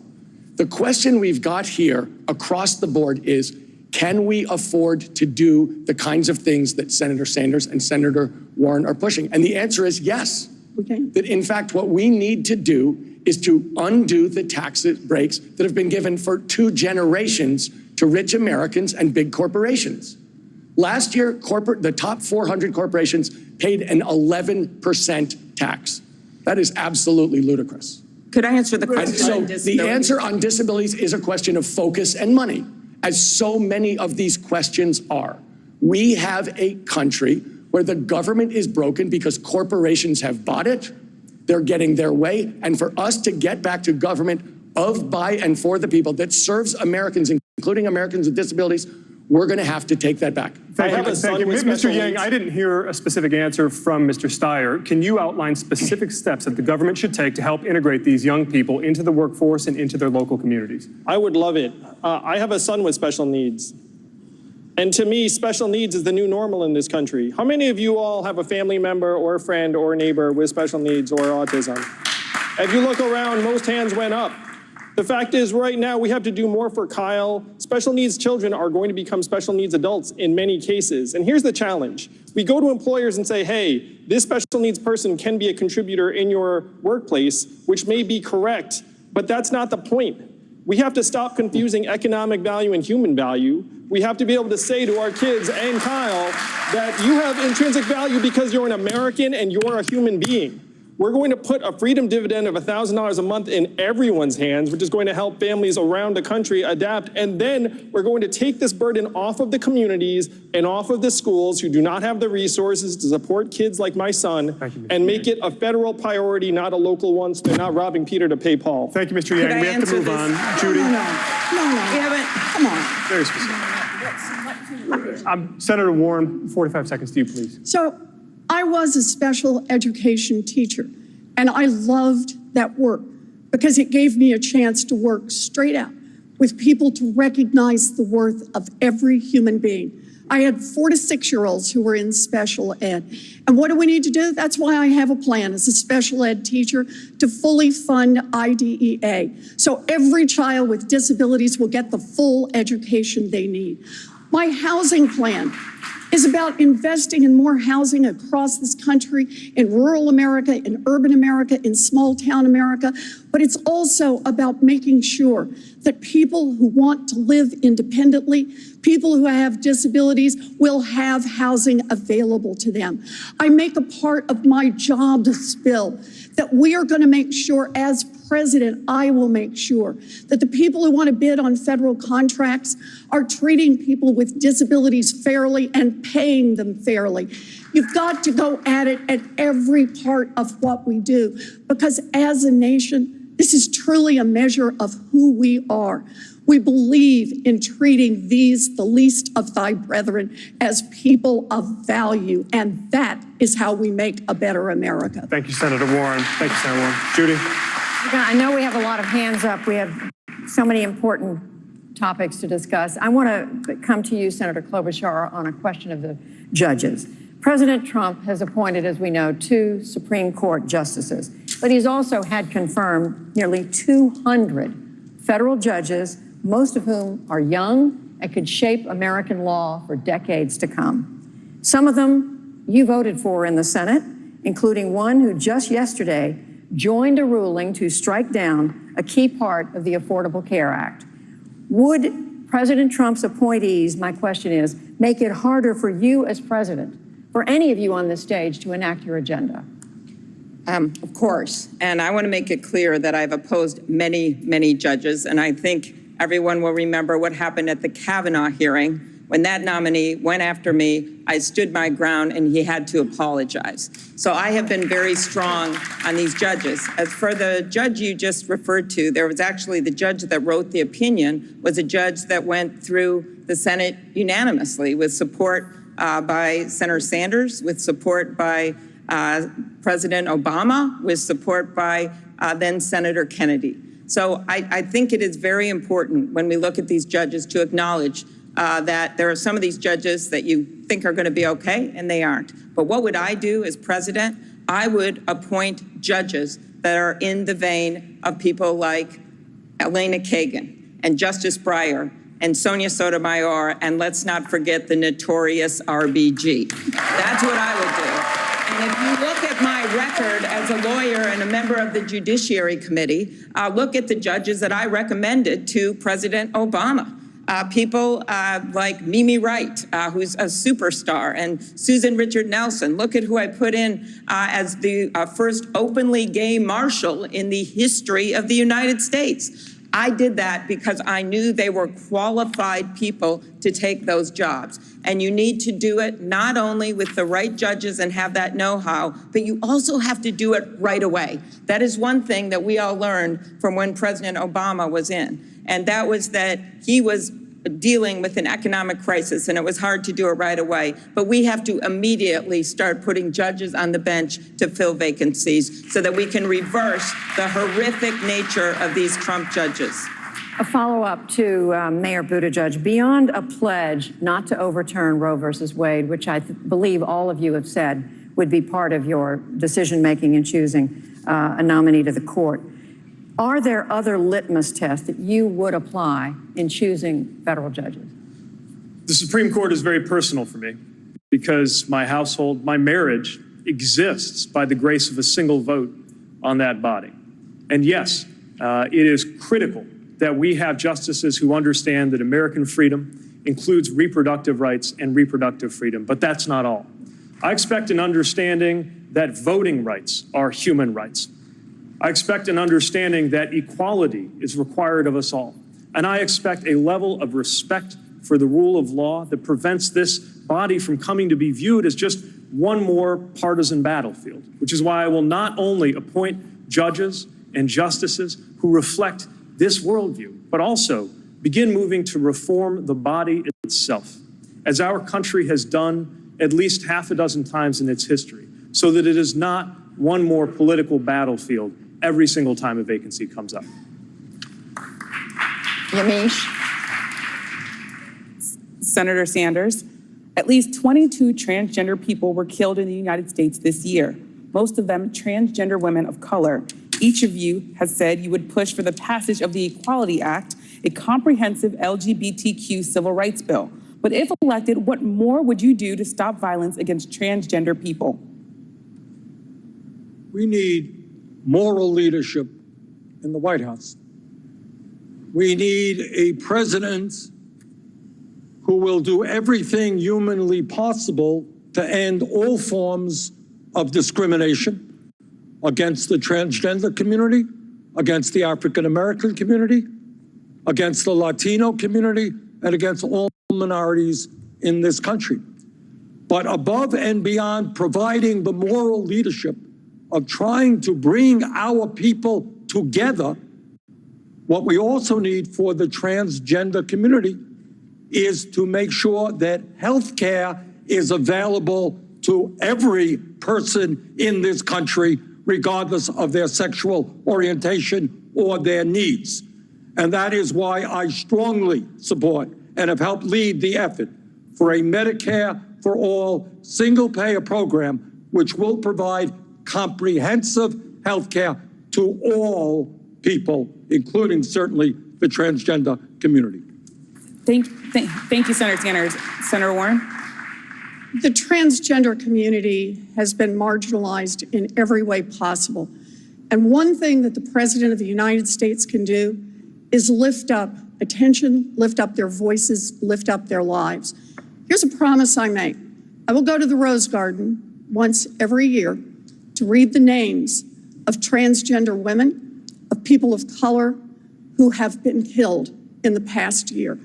I will make sure that we read their names so that as a nation, we are forced to address the particular vulnerability on homelessness. I will change the rules now that put people in prison based on their birth sex identification rather than their current identification. I will do everything I can to make sure that we are in America that leaves no one behind. Thank you, Senator Warren. Amna? Vice President Biden, let's turn now to Afghanistan. Confidential documents published last week by the Washington Post revealed that for years, senior U.S. officials misled the public about the war in Afghanistan. As Vice President, what did you know? Afghanistan, you said? Yes, sir, Afghanistan. That's it. As Vice President, what did you know about the state of the war, and do you believe that you were honest with the American people about it? The reason I can speak to this, it's well known, if any of you followed it, my view on Afghanistan. I was sent by the president before we got sworn in to Afghanistan to come back with a report. I said there was no comprehensive policy available, and then I got in a big fight for a long time with the Pentagon because I strongly opposed the nation-building notion we set about. Rebuilding that country as a whole nation is beyond our capacity. I argued from the very beginning that we should have a policy that was based on an anti-terrorism policy with a very small footprint that in fact only had special forces to deal with potential threats from that territory to the United States of America.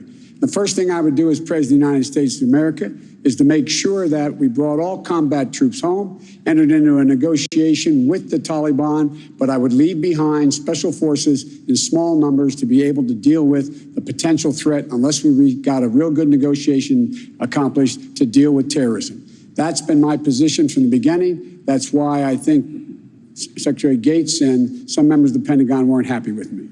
Mr. Biden, the question was about your time in the White House, though. And I'm talking about the White House. In that Washington Post report, there's a senior national security official who said that there was constant pressure from the Obama White House to produce figures showing the troop surge was working, and I'm quoting from the report here, despite hard evidence to the contrary. What do you say to that? Since 2009, go back and look, I was on the opposite side of that with the Pentagon. The only reason I can speak to it now is because it's been published. It's been published thoroughly.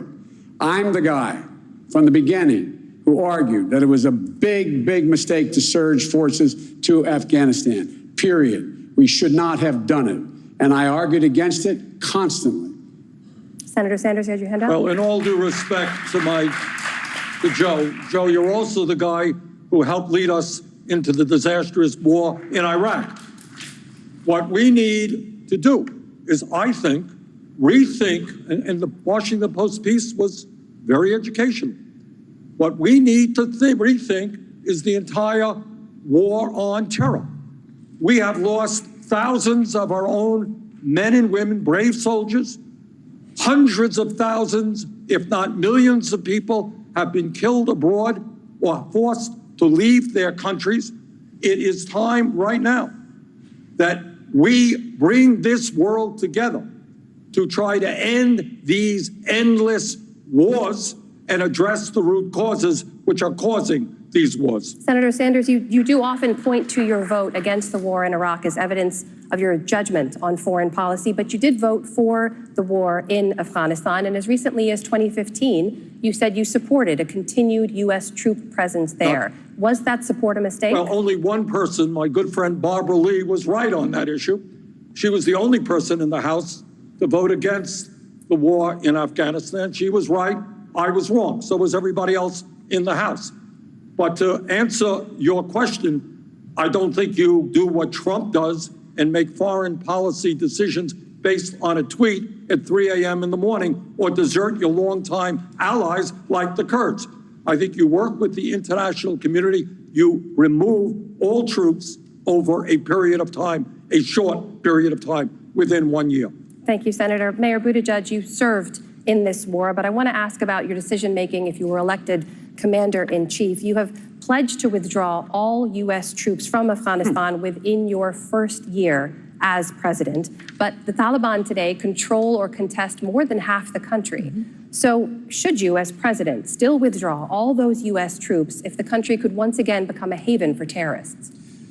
We're going to leave one way or the other. The question is to make sure we do it well and not poorly. And of course, that has to respond to the conditions on the ground and the need for a political settlement. But, you know, the other day I was reunited with somebody that I'd served with over there. And the thing we were marveling at is how long it's been since we left. I thought I was one of the last troops turning out the lights when I left years ago. And we're still there. There may need to be some kind of limited special operations and intelligence capacity. The exact same kind of thing, by the way, that we actually had in Syria, holding the line before the president yanked it out, leading to the road to chaos. But what we know is that we cannot go on with these endless wars. And I'm glad that the name of Barbara Lee was mentioned, not only because of what she's talked about years ago. I believe that we had no choice but to go to Afghanistan after 9/11. But right now, She is one of the leaders of the effort to repeal and replace the authorization for the use of military force, and the folks that I served with deserve that. They deserve the clarity of members of Congress being able to summon the courage to take an up or down vote on whether they ought to be there in the first place. And when I am president, anytime, if I am forced to deploy troops into war, anytime we seek an authorization, it will have a 3-year sunset. So that if there really does have to be a conversation about extending it, it has to be brought to Congress, brought to the American people, and those members of Congress have to take that tough up or down vote. Thank you, Mr. Mayor. Tim? Thanks. Moving to health care, an issue that voters tell us every day is still the #1 priority for them. Senator Sanders, you've spent plenty of time discussing and defending the merits of your Medicare for All plan, but the reality is that if Republicans retain control of the U.S. Senate, or even if Democrats win back a narrow Senate majority, your plan as constituted probably would not have the votes to pass Congress. So the question, Senator, is if Congress rejects your plan and the American people are looking to you for leadership on this issue, are there smaller, specific measures that you would take immediately to expand coverage and decrease costs as president?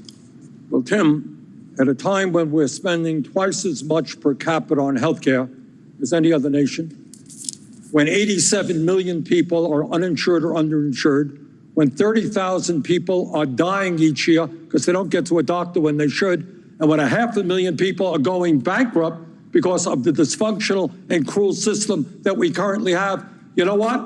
I think we will pass a Medicare for all single-payer system, and I will introduce that legislation in my first week in office. Now, to answer your question, I think when we go out to the American people and tell them that right now we have got to take on the greed and corruption of the pharmaceutical industry, for example, which in some cases charges us 10 times more for the same exact drug as is charged in this country. When the American people understand that Medicare for All expands Medicare to cover home health care, dental care, eyeglasses, and hearing aids, and does it at a cost far, far lower than what some of my opponents are talking about, you know what? We're going to have the American people behind us. We will have Congress behind us. Thank you, Senator Sanders. Vice President Biden, I'd like to bring you in. You spent an awful lot of time 10 years ago trying to pass a bill far less ambitious than what Senator Sanders is talking about here. Is he being realistic? I don't think it is realistic, but let me explain why. I introduced a plan to build on Obamacare. Remind everybody, 20 million people got insurance, didn't have it before. All people with pre-existing conditions are able to be covered. I could go on. We didn't get all that we wanted.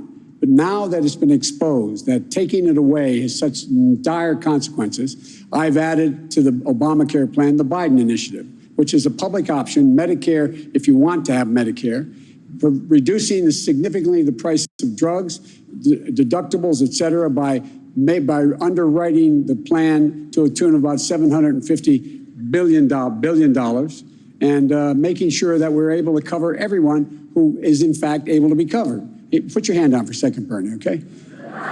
Just waving to you, Joe. I know. Saying hello. I know. So look, it covers everybody. It's realistic. And most importantly, it lets you choose what you want. Here, you have 160 million people who negotiated their health care plans with their employer, like many of you have. You may or may not like it. If you don't like it, you can move into the public option that I propose in my plan. But if you like it, you shouldn't have Washington dictating to you. You cannot keep the plan you have. Thank you, Vice President Biden. Senator Sanders, 45 seconds to respond. Under Joe's plan, essentially, we retain the status quo. That's not true. No, it is exactly right. true. Thank you. And by the way, Joe, under your plan, you asked me how we're going to pay for it. Under your plan, I'll tell you how we're paying for it right now. The average worker in America, their family makes $60,000 a year. That family is now paying $12,000 a year for health care, 20% of their income. Under Medicare for All, that family will be paying $1,200 a year, because we're eliminating the profiteering of the drug companies and the insurance companies and ending this Byzantine and complex administration of thousands of separate health care plans. Senator Klobuchar, I'm going to come to you. My name was mentioned. Yes, I'm going to come to you, but 45 seconds. 45 seconds for Vice President Biden. That's not interrupted here, all right? I'm going to interrupt now. It costs $30 trillion. Let's get that straight. $30 trillion over 10 years. Some say it costs $20 trillion. Some say it costs 40. The idea that you're going to be able to save that person making $60,000 a year on Medicare for all is absolutely preposterous. 16% of the American public is on Medicare now, and everybody has a tax taken out of their paycheck now. Tell me, you're going to add 84% more, and there's not going to be higher taxes? At least before he was honest about it. Joe. It's going to increase personal taxes. They're going to be... That's right. We are going to increase personal taxes. Okay. But we're eliminating premiums. We're eliminating co-payments. We're eliminating deductibles. We're eliminating all out-of-pocket expenses. And no family in America will spend more than $200 a year on prescription drugs. Senator Klobuchar. Our plan will save the average work of Senator Klobuchar, we'd like to hear from you. Okay. Premiums Whoa, or guys, co-payments. hey. First time I did this. Okay, that's true. I'll say this. First of all, Bernie, I promise when I am your president, I will get our pharmaceutical bills done. And we have worked together on this time and time again, and I agree with you on that. But where I disagree is I just don't think anyone has a monopoly on bold ideas. I think you can be progressive and practical at the same time. That is why I favor a public option, which is a nonprofit option to bring the cost down. And yes, it does bring the cost down immediately for 13 million people, and then we'll expand coverage to 12 million people. But here's the political problem. This fight that you guys are having isn't real. Your fight, Bernie, is not with me or with Vice President Biden. It is with all those bunch of those new House members, not everyone by any means, that got elected in that last election in the Democratic Party. It is with the new governor, Democratic governor of Kentucky, that wants to build on Obamacare. And the way I look at it, if you want to if you want to cross a river over some troubled waters, you build a bridge. You don't blow one up. And I think that we should build on the Affordable Care Act. Thank you, Senator Klobuchar. Senator Warren, we would like to bring you in. She took my name in vain. Oh. She hurt my feelings. I am crushed. Can I respond? Never. My fight... 45 seconds, Senator. Right. My fight, Amy, is not with the governor of Kentucky. My fight and all of our fights must be with the greed and corruption of the pharmaceutical industry, with the greed and corruption of the insurance industry. These guys last year made $100 billion for the drug companies and the insurance companies. Thank you, Senator Warren. We'd like to bring you into this discussion. The same question to you that I posed to Senator Sanders. If Congress rejects a Medicare for All proposal and you're the president, are there smaller specific measures that you could pursue with bipartisan support to decrease costs and expand coverage? So this is about costs. It's about costs on middle-class families. Last year, 36 million Americans didn't have a prescription filled because they couldn't afford it. And those are people with health insurance as well. People who can't do the co-pays, people who can't do the deductibles, people who find out that the drug is not covered. So here's how I approach this. I want to do the most good I can for the most people as quickly as possible. On day one, I'm going to attack the prices on commonly used drugs like EpiPens and insulin and bring down those prices. The president can do that, I love saying this, all by herself. And I will do it. That's going to save families hundreds of millions of dollars. And then in the first 100 days, because I found a way to pay for full health care coverage for everyone without raising taxes on middle-class families, I'm going to make available to people for a full health care coverage. For 135 million people, it'll be at no cost at all, and they can opt into that system. Thank you, Senator. For others, it will be at a low cost. We have got to start moving and move fast. We do have to move on. Okay. We can do that on 50 votes. Thank you, Senator. Judy. We are coming to the end of our time. A lot of hands up. We apologize for that. But in the spirit of the season, I'd like to ask each one of you, is there someone else among these candidates that you have two options. One, a candidate from whom you would ask forgiveness for something maybe that was said tonight or another time, or a candidate to whom you would like to give a gift. And I'm going to start with you, Mr. Yang. Wow.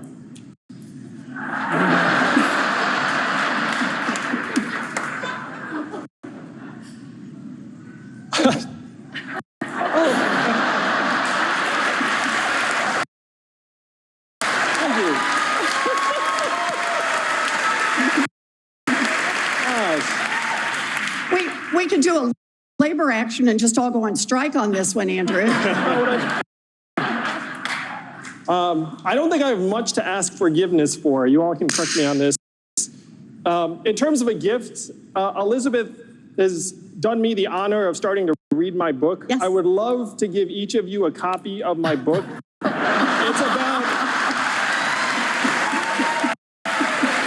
It's about how we're going through the greatest economic transformation in our country's history, the fourth industrial revolution. It is grinding up our communities, and DC is out to lunch on this. Our media organizations are not covering it adequately. I wrote a book on it, and if you like data, this book is for you. This goes for the people at home too, if you like data and books. Mayor Buttigieg ask forgiveness or give a gift? First of all, I love data and books, so I think we should all be excited about this. And come to think of it, I should probably send my book around more too. Look, your publisher will thank you. I think all of us want the same thing at the end of the day. We know what a gift it would be to the future and to the country for literally anybody up here to become president of the United States compared to what we've got. And we got to remember, I don't know how many now, we're up to 25 something have run for president in the Democratic Party. The moment we've got a nominee, the 24 who aren't that nominee are going to have to rally around the one who does. Let's make sure there's not too much to ask for forgiveness for by the time that day comes.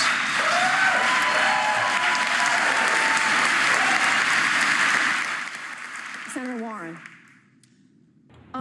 If you guys are just joining me, please make sure that you like, subscribe, and share this video. It'll help me out a lot. Thank you so much, guys. Make sure you click on the notification bell. Next time we go live, you'll get that notification. I don't really mean to. What happens is when you do 100,000 selfies with people, you hear enough stories about people who are really down to their last moments. You know, I met someone just last week in Nevada who said that he has diabetes and that he has access to a prescription because he's a veteran. But his sister has diabetes and his daughter has diabetes, and they simply can't afford insulin. So the three of them spend all of their time figuring out how to stretch one insulin prescription among three people.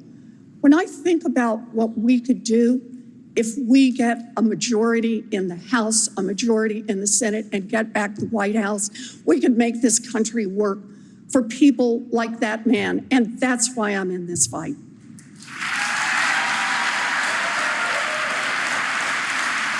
Vice President Biden. I think everyone up here on the stage and those who are not on the stage who've run, we owe them because they're all pushing for the same exact thing. You're not the only one that does selfies, Senator. I've done thousands of them. And the crew that follows me can tell you, there's not one line I go through that I don't have at least a half a dozen people come up and hug me and say, can you help me? I just lost my daughter 10 days ago. Can you help me? Tell me I'm going to be okay. Can you help me? I just lost, and they go and lay out their problems. My wife and I have a call list of somewhere between 20 and 100 people that we call at least every week or every month to tell them I'm here. I give them my private phone number. They keep in touch with me. The little kid who says I can't talk. What do I do? I have scores of these young women and men who I keep in contact with. And the reason I would give everyone here a gift is they want to do something like I do of making their lives better, because there's a lot of people who are hurting very, very, very badly. Senator Sanders, forgiveness or a gift? Well, I can give out any one of 4 books that I wrote. But I think the gift that all of us need to give to the American people is a very, very different vision of the reality of the Trump administration. And the vision that we need to bring forth is to create a government and a nation based on love and compassion, not greed and hatred. We need a vision which says that in our great country, all of our people should be able to earn a decent standard of living, have health care, have the ability to send their kids to college regardless of their income. So we need a new vision which brings our people together around an agenda that works for all, not the Trump vision of dividing us up to benefit the billionaire class. That's my vision. Senator Klobuchar. Well, I'd ask for forgiveness anytime any of you get mad at me. I can be blunt, but I am doing this because I think it is so important to pick the right candidate here. I do. I think when you see what's going on around the country, yes, it's the economic check that Elizabeth and Bernie have so well pointed out on this stage. But there's something else going on here, and it is a decency check. It is a values check. It is a patriotism check. When you see people, and we've all had this happen, that come to our meetings that say, you know, yeah, I voted for Donald Trump, but I don't want to do it again because I want my kids to be able to watch the president on TV and not mute the TV. We have to remember as Democrats, and if I get worked up about this, it's because I believe it so much in my heart, that we have to bring people with us and not shut them out. That is the gift we can give America in this election. Mr. Steyer.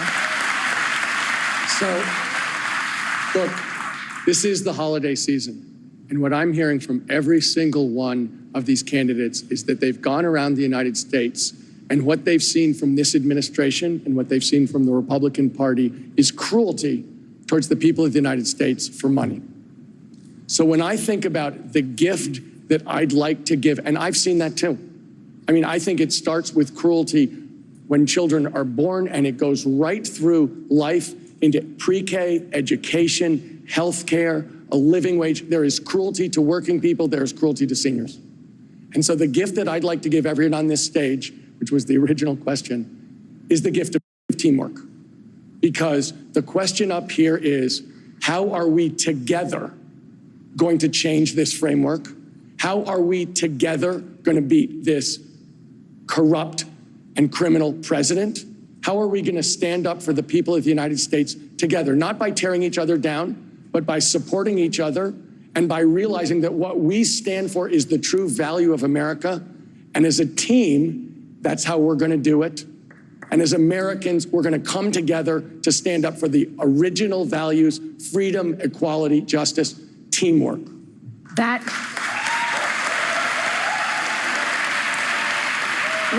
We are going to take a very short break. That does conclude our questions tonight here at Loyola Marymount University. We'll be back in just 2 minutes. Well, guys, I honestly want to know what your guys' opinions are about the debate. I know on the chat here that we've had a lot of discussions going on, and I really appreciate everybody's feedback. It really means a lot to me that you guys showed up to watch the CNN Democratic debate, even though a lot of people probably don't really want to watch the debate, especially on CNN, because, well, we know CNN doesn't necessarily send us the truth. With that being said, though, this was aired live, so they can't really conceal a whole lot from us. So that's the good thing. I don't particularly think that any one candidate stood out. I don't think that they gave enough airtime to the guy that I think is probably going to have the best shot at beating President Trump, which is a great win for me. I do believe that the attacks between Pete Buttigieg and Elizabeth Warren was hilarious. But I want to know what you guys think. Please let me know before you guys head out. Let me know what you guys think. Also, before you head out, please, I implore you to subscribe to my channel. Make sure that you like the video if you liked it. Click on that bell so you'll get notifications the next time we go live. We go live on a variety of topics that are controversial. We also like to talk about things that are not necessarily so controversial, but we bring up things that are happening up in the news. So if you are interested in any of those types of things, please make sure you click on that bell for the notification. Thanks, guys, so much for your support, and I really do appreciate all of that. And I'm currently reading the post, the live chat that we have going on here. So, you know, one of the things that a lot of people talk about is President Trump's past businesses and his bankruptcies. Listen, bankruptcy is a part of business. The first 3 or 4 years, even 5 years, the IRS says that, generally speaking, on average, a business is actually net negative. So they're not making money within the first 3 to 5 years of establishment. And if they don't start making money after the first 5 years, there's a pretty good chance that it's going to go bankrupt. So there's naturally a chance that in business, you're going to have bankruptcies, especially if you're a lifelong businessman. Last 10 years, that's exactly what I've been doing, taking on unchecked corporate power. That's why I'm for term limits, because if we're going to have bold change, then we need new people in charge and new ideas. I'm the only person on this stage who's built a large, multi-billion-dollar international business. I know how to grow prosperity. I can take on Mr. Trump on the economy and beat him. I'm the only one on this stage who said climate is my #1 priority. It's a crisis we have to. So that was basically a recap of what it is that Steer said earlier. Steer, however you say his name.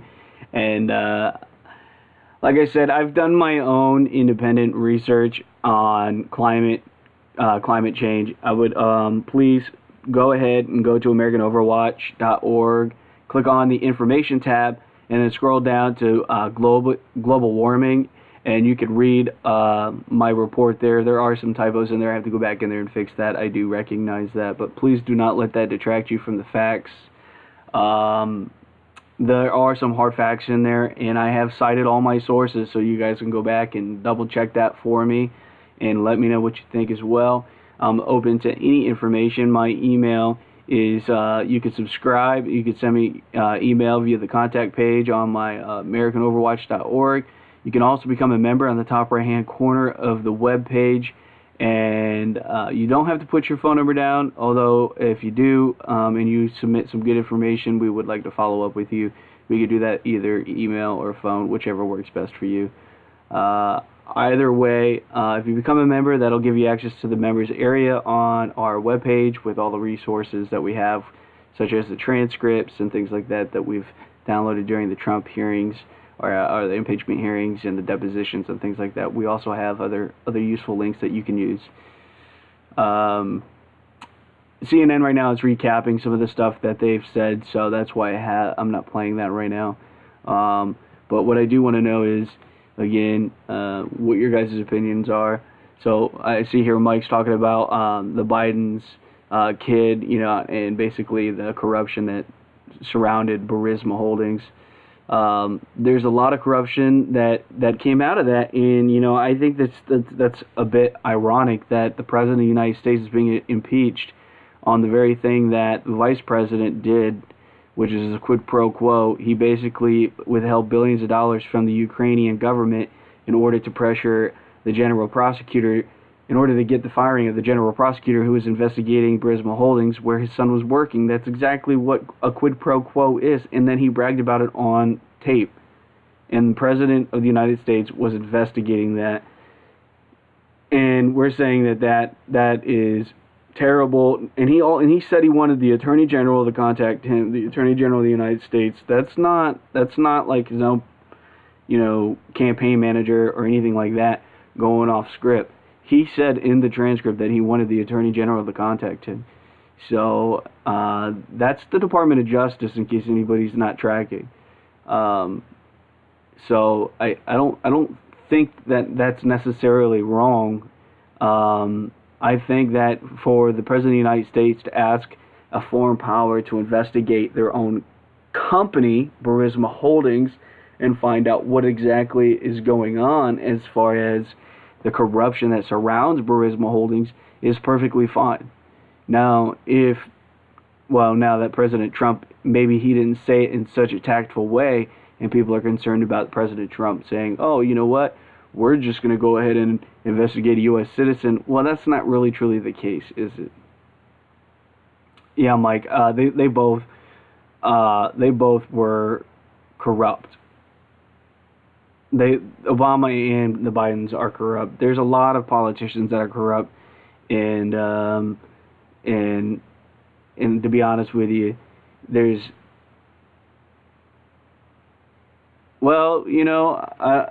Trump. You might say Trump's corrupt, but Trump entered this game with billions of dollars in his pocket, and he didn't even have to be president. He became president, and so to what end? I ask you. To what end did President Trump have to become president to earn more money than he already had? Why would he have needed to gone through such scrutiny and such resistance since his announcement? People loved President Trump. Hollywood loved President Trump before he ran for office. Then all of a sudden people flipped the script and they said they hated him because he was actually, for a long time, President Trump was a Democrat, but he didn't like the way the Democratic Party was moving. So President Trump held on to his traditions and his ideals and his beliefs, and he ran on that campaign, and he ran on what the American people thought, what he thought the American people needed. So I'm not, if Trump is losing money, Trump is losing money because he's the president, not because of anything else.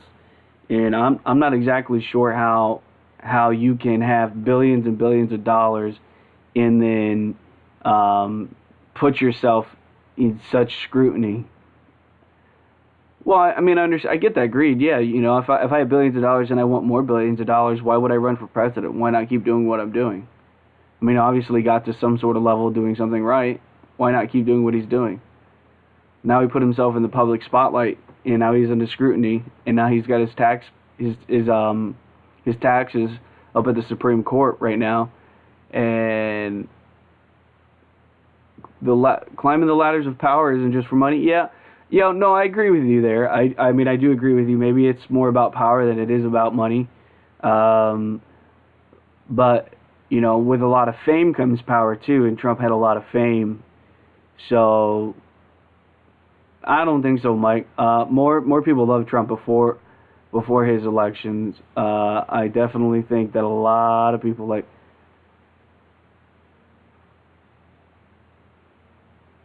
actually they actually put a stop to that. They put a stop to that because for that very reason, they thought that was part of the thing. He was just actually trying to save taxpayer money, but it cost a lot less money for them to actually stay at the hotel, but renting everything out and catering, all that stuff, it cost taxpayers a lot more money in the end. So he was trying to save money.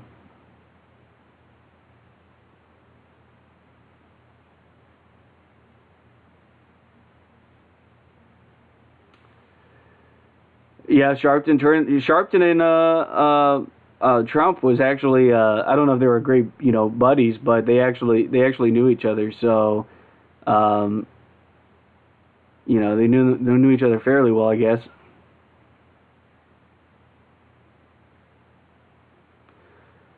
Well, I don't think Trump's screwing the country at all. To be honest with you, I think that President Trump is doing a pretty good job.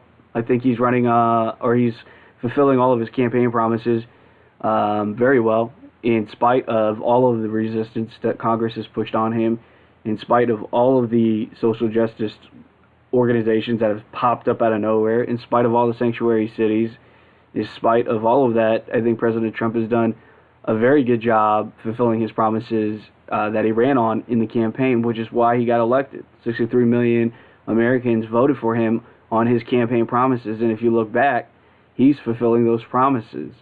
And I think if you take a very hard pill to swallow and you look at what it is he's accomplished in spite of all of that resistance, he's actually done a very good job, especially when you look at the economy, when you look at the amount of the unemployment levels are so low, the amount of employment or the jobs that are available are so high.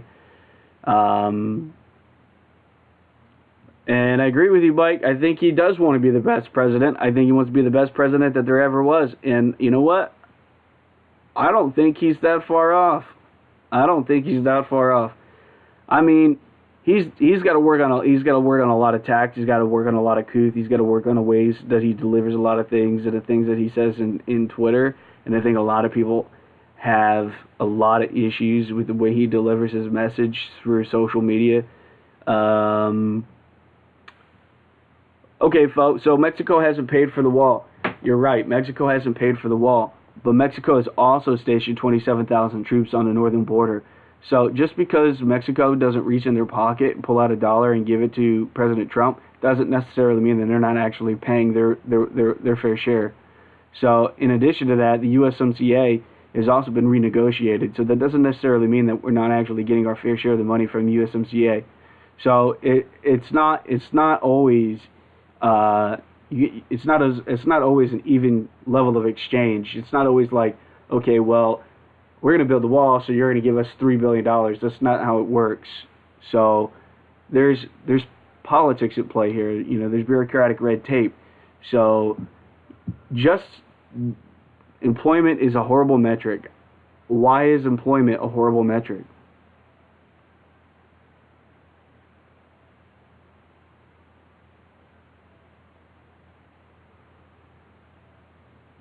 I'm curious to know why employment is such a horrible metric.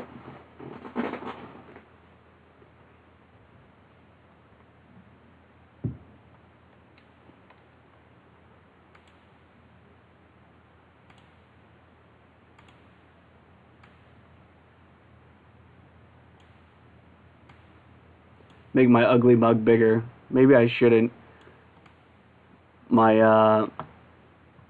My little lighting is off, so you have to bear with my cool little features here.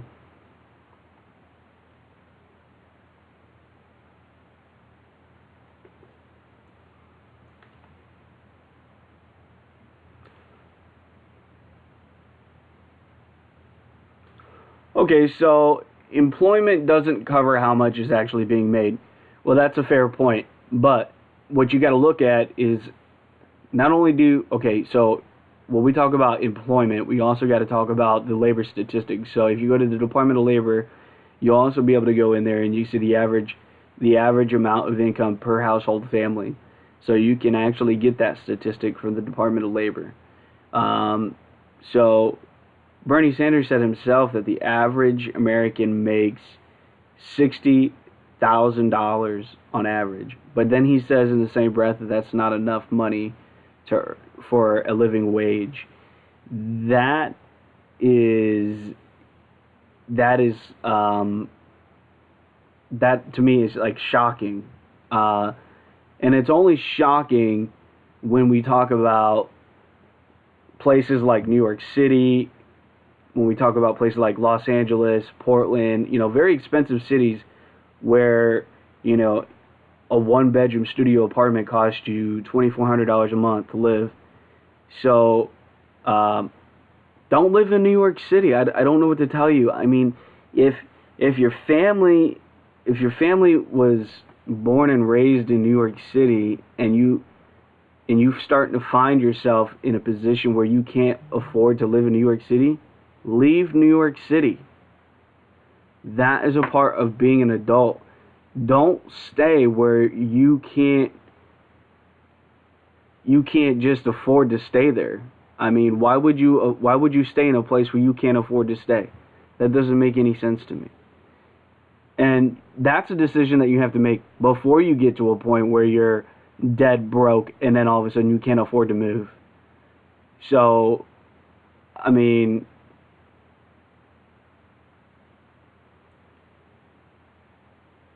there are a lot of bad jobs and come with no benefits, so people can't go to doctors.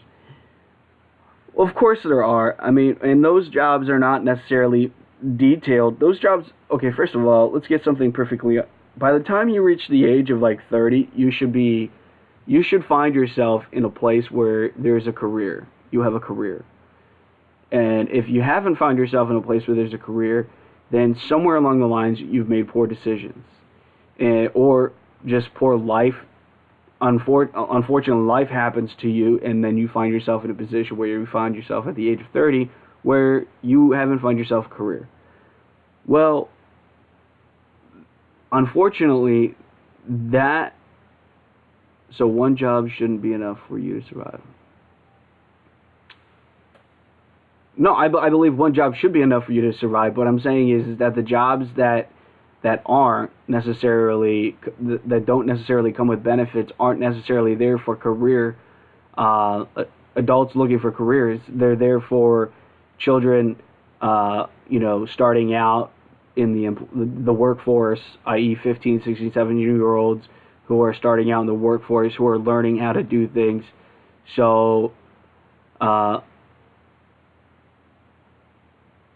okay, well, I understand that, brain food. I understand that there are plenty of people working in places that don't necessarily offer or aren't necessarily considered a career opportunity. And I understand that we all don't have the same opportunities, but that doesn't necessarily mean that we got to raise taxes to 60%. So that way I got to basically you're talking about Robin Hood tactics. You're taking money out of my pocket to give to somebody else. And you're saying that because I made good decisions in life and listen, I grew up dirt poor, okay? I did grow up dirt poor, but that doesn't necessarily mean that I can't make decisions in my life that is going to get me to a better position to where I feel comfortable. So, I'm not saying that we can't do things to help people along the way. I'm not saying exploiting young labor is a good thing. What I'm saying is that there's a certain amount of skill set that a young person brings, and they do not have the education and they do not have the experience to be earning $35,000 a year, $40,000 a year, flipping burgers at Burger King.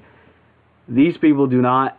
First of all, if you paid somebody $15 an hour at Burger King to flip burgers, okay, and you gave them a 40-hour work week, and you gave them free health care benefits and vision and dental, okay, how much would that person cost a paycheck?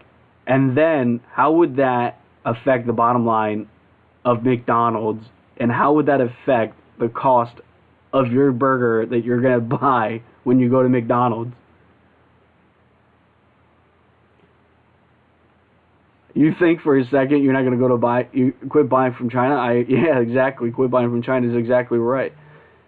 The cost of your McDonald's burger is going to go up to like $30. You're going to go through the drive-thru at McDonald's and you're going to pay $30 for a damn meal at Burger or McDonald's or whatever have you, because you want them to have the $15 minimum wage, you want them to have health care, and you want them to have everything else. This is common sense. It affects the bottom line of a business. And you're saying, okay, the CEO at the top is making billions of dollars, but you really think that he's going to lose his billions of dollars, or do you think it's going to be a trickle-down effect?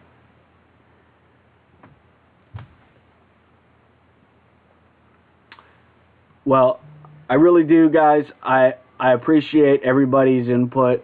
This has been real great. Please, if you haven't already, please subscribe to the channel. please make sure that you like the video and share it with your friends. I really do like the debate. This is great. Next time we go live, I really like all of the participants here who had some input to please share your opinions with us the next time we go live. So make sure you subscribe and click on that bell so that way we continue to have these debates. I think this is something that's great. We need to have these conversations so that way we can see where each other's coming from and come up with some great ideas. Thank you guys so much for watching. This has been American Overwatch, and we'll see you guys on the next one.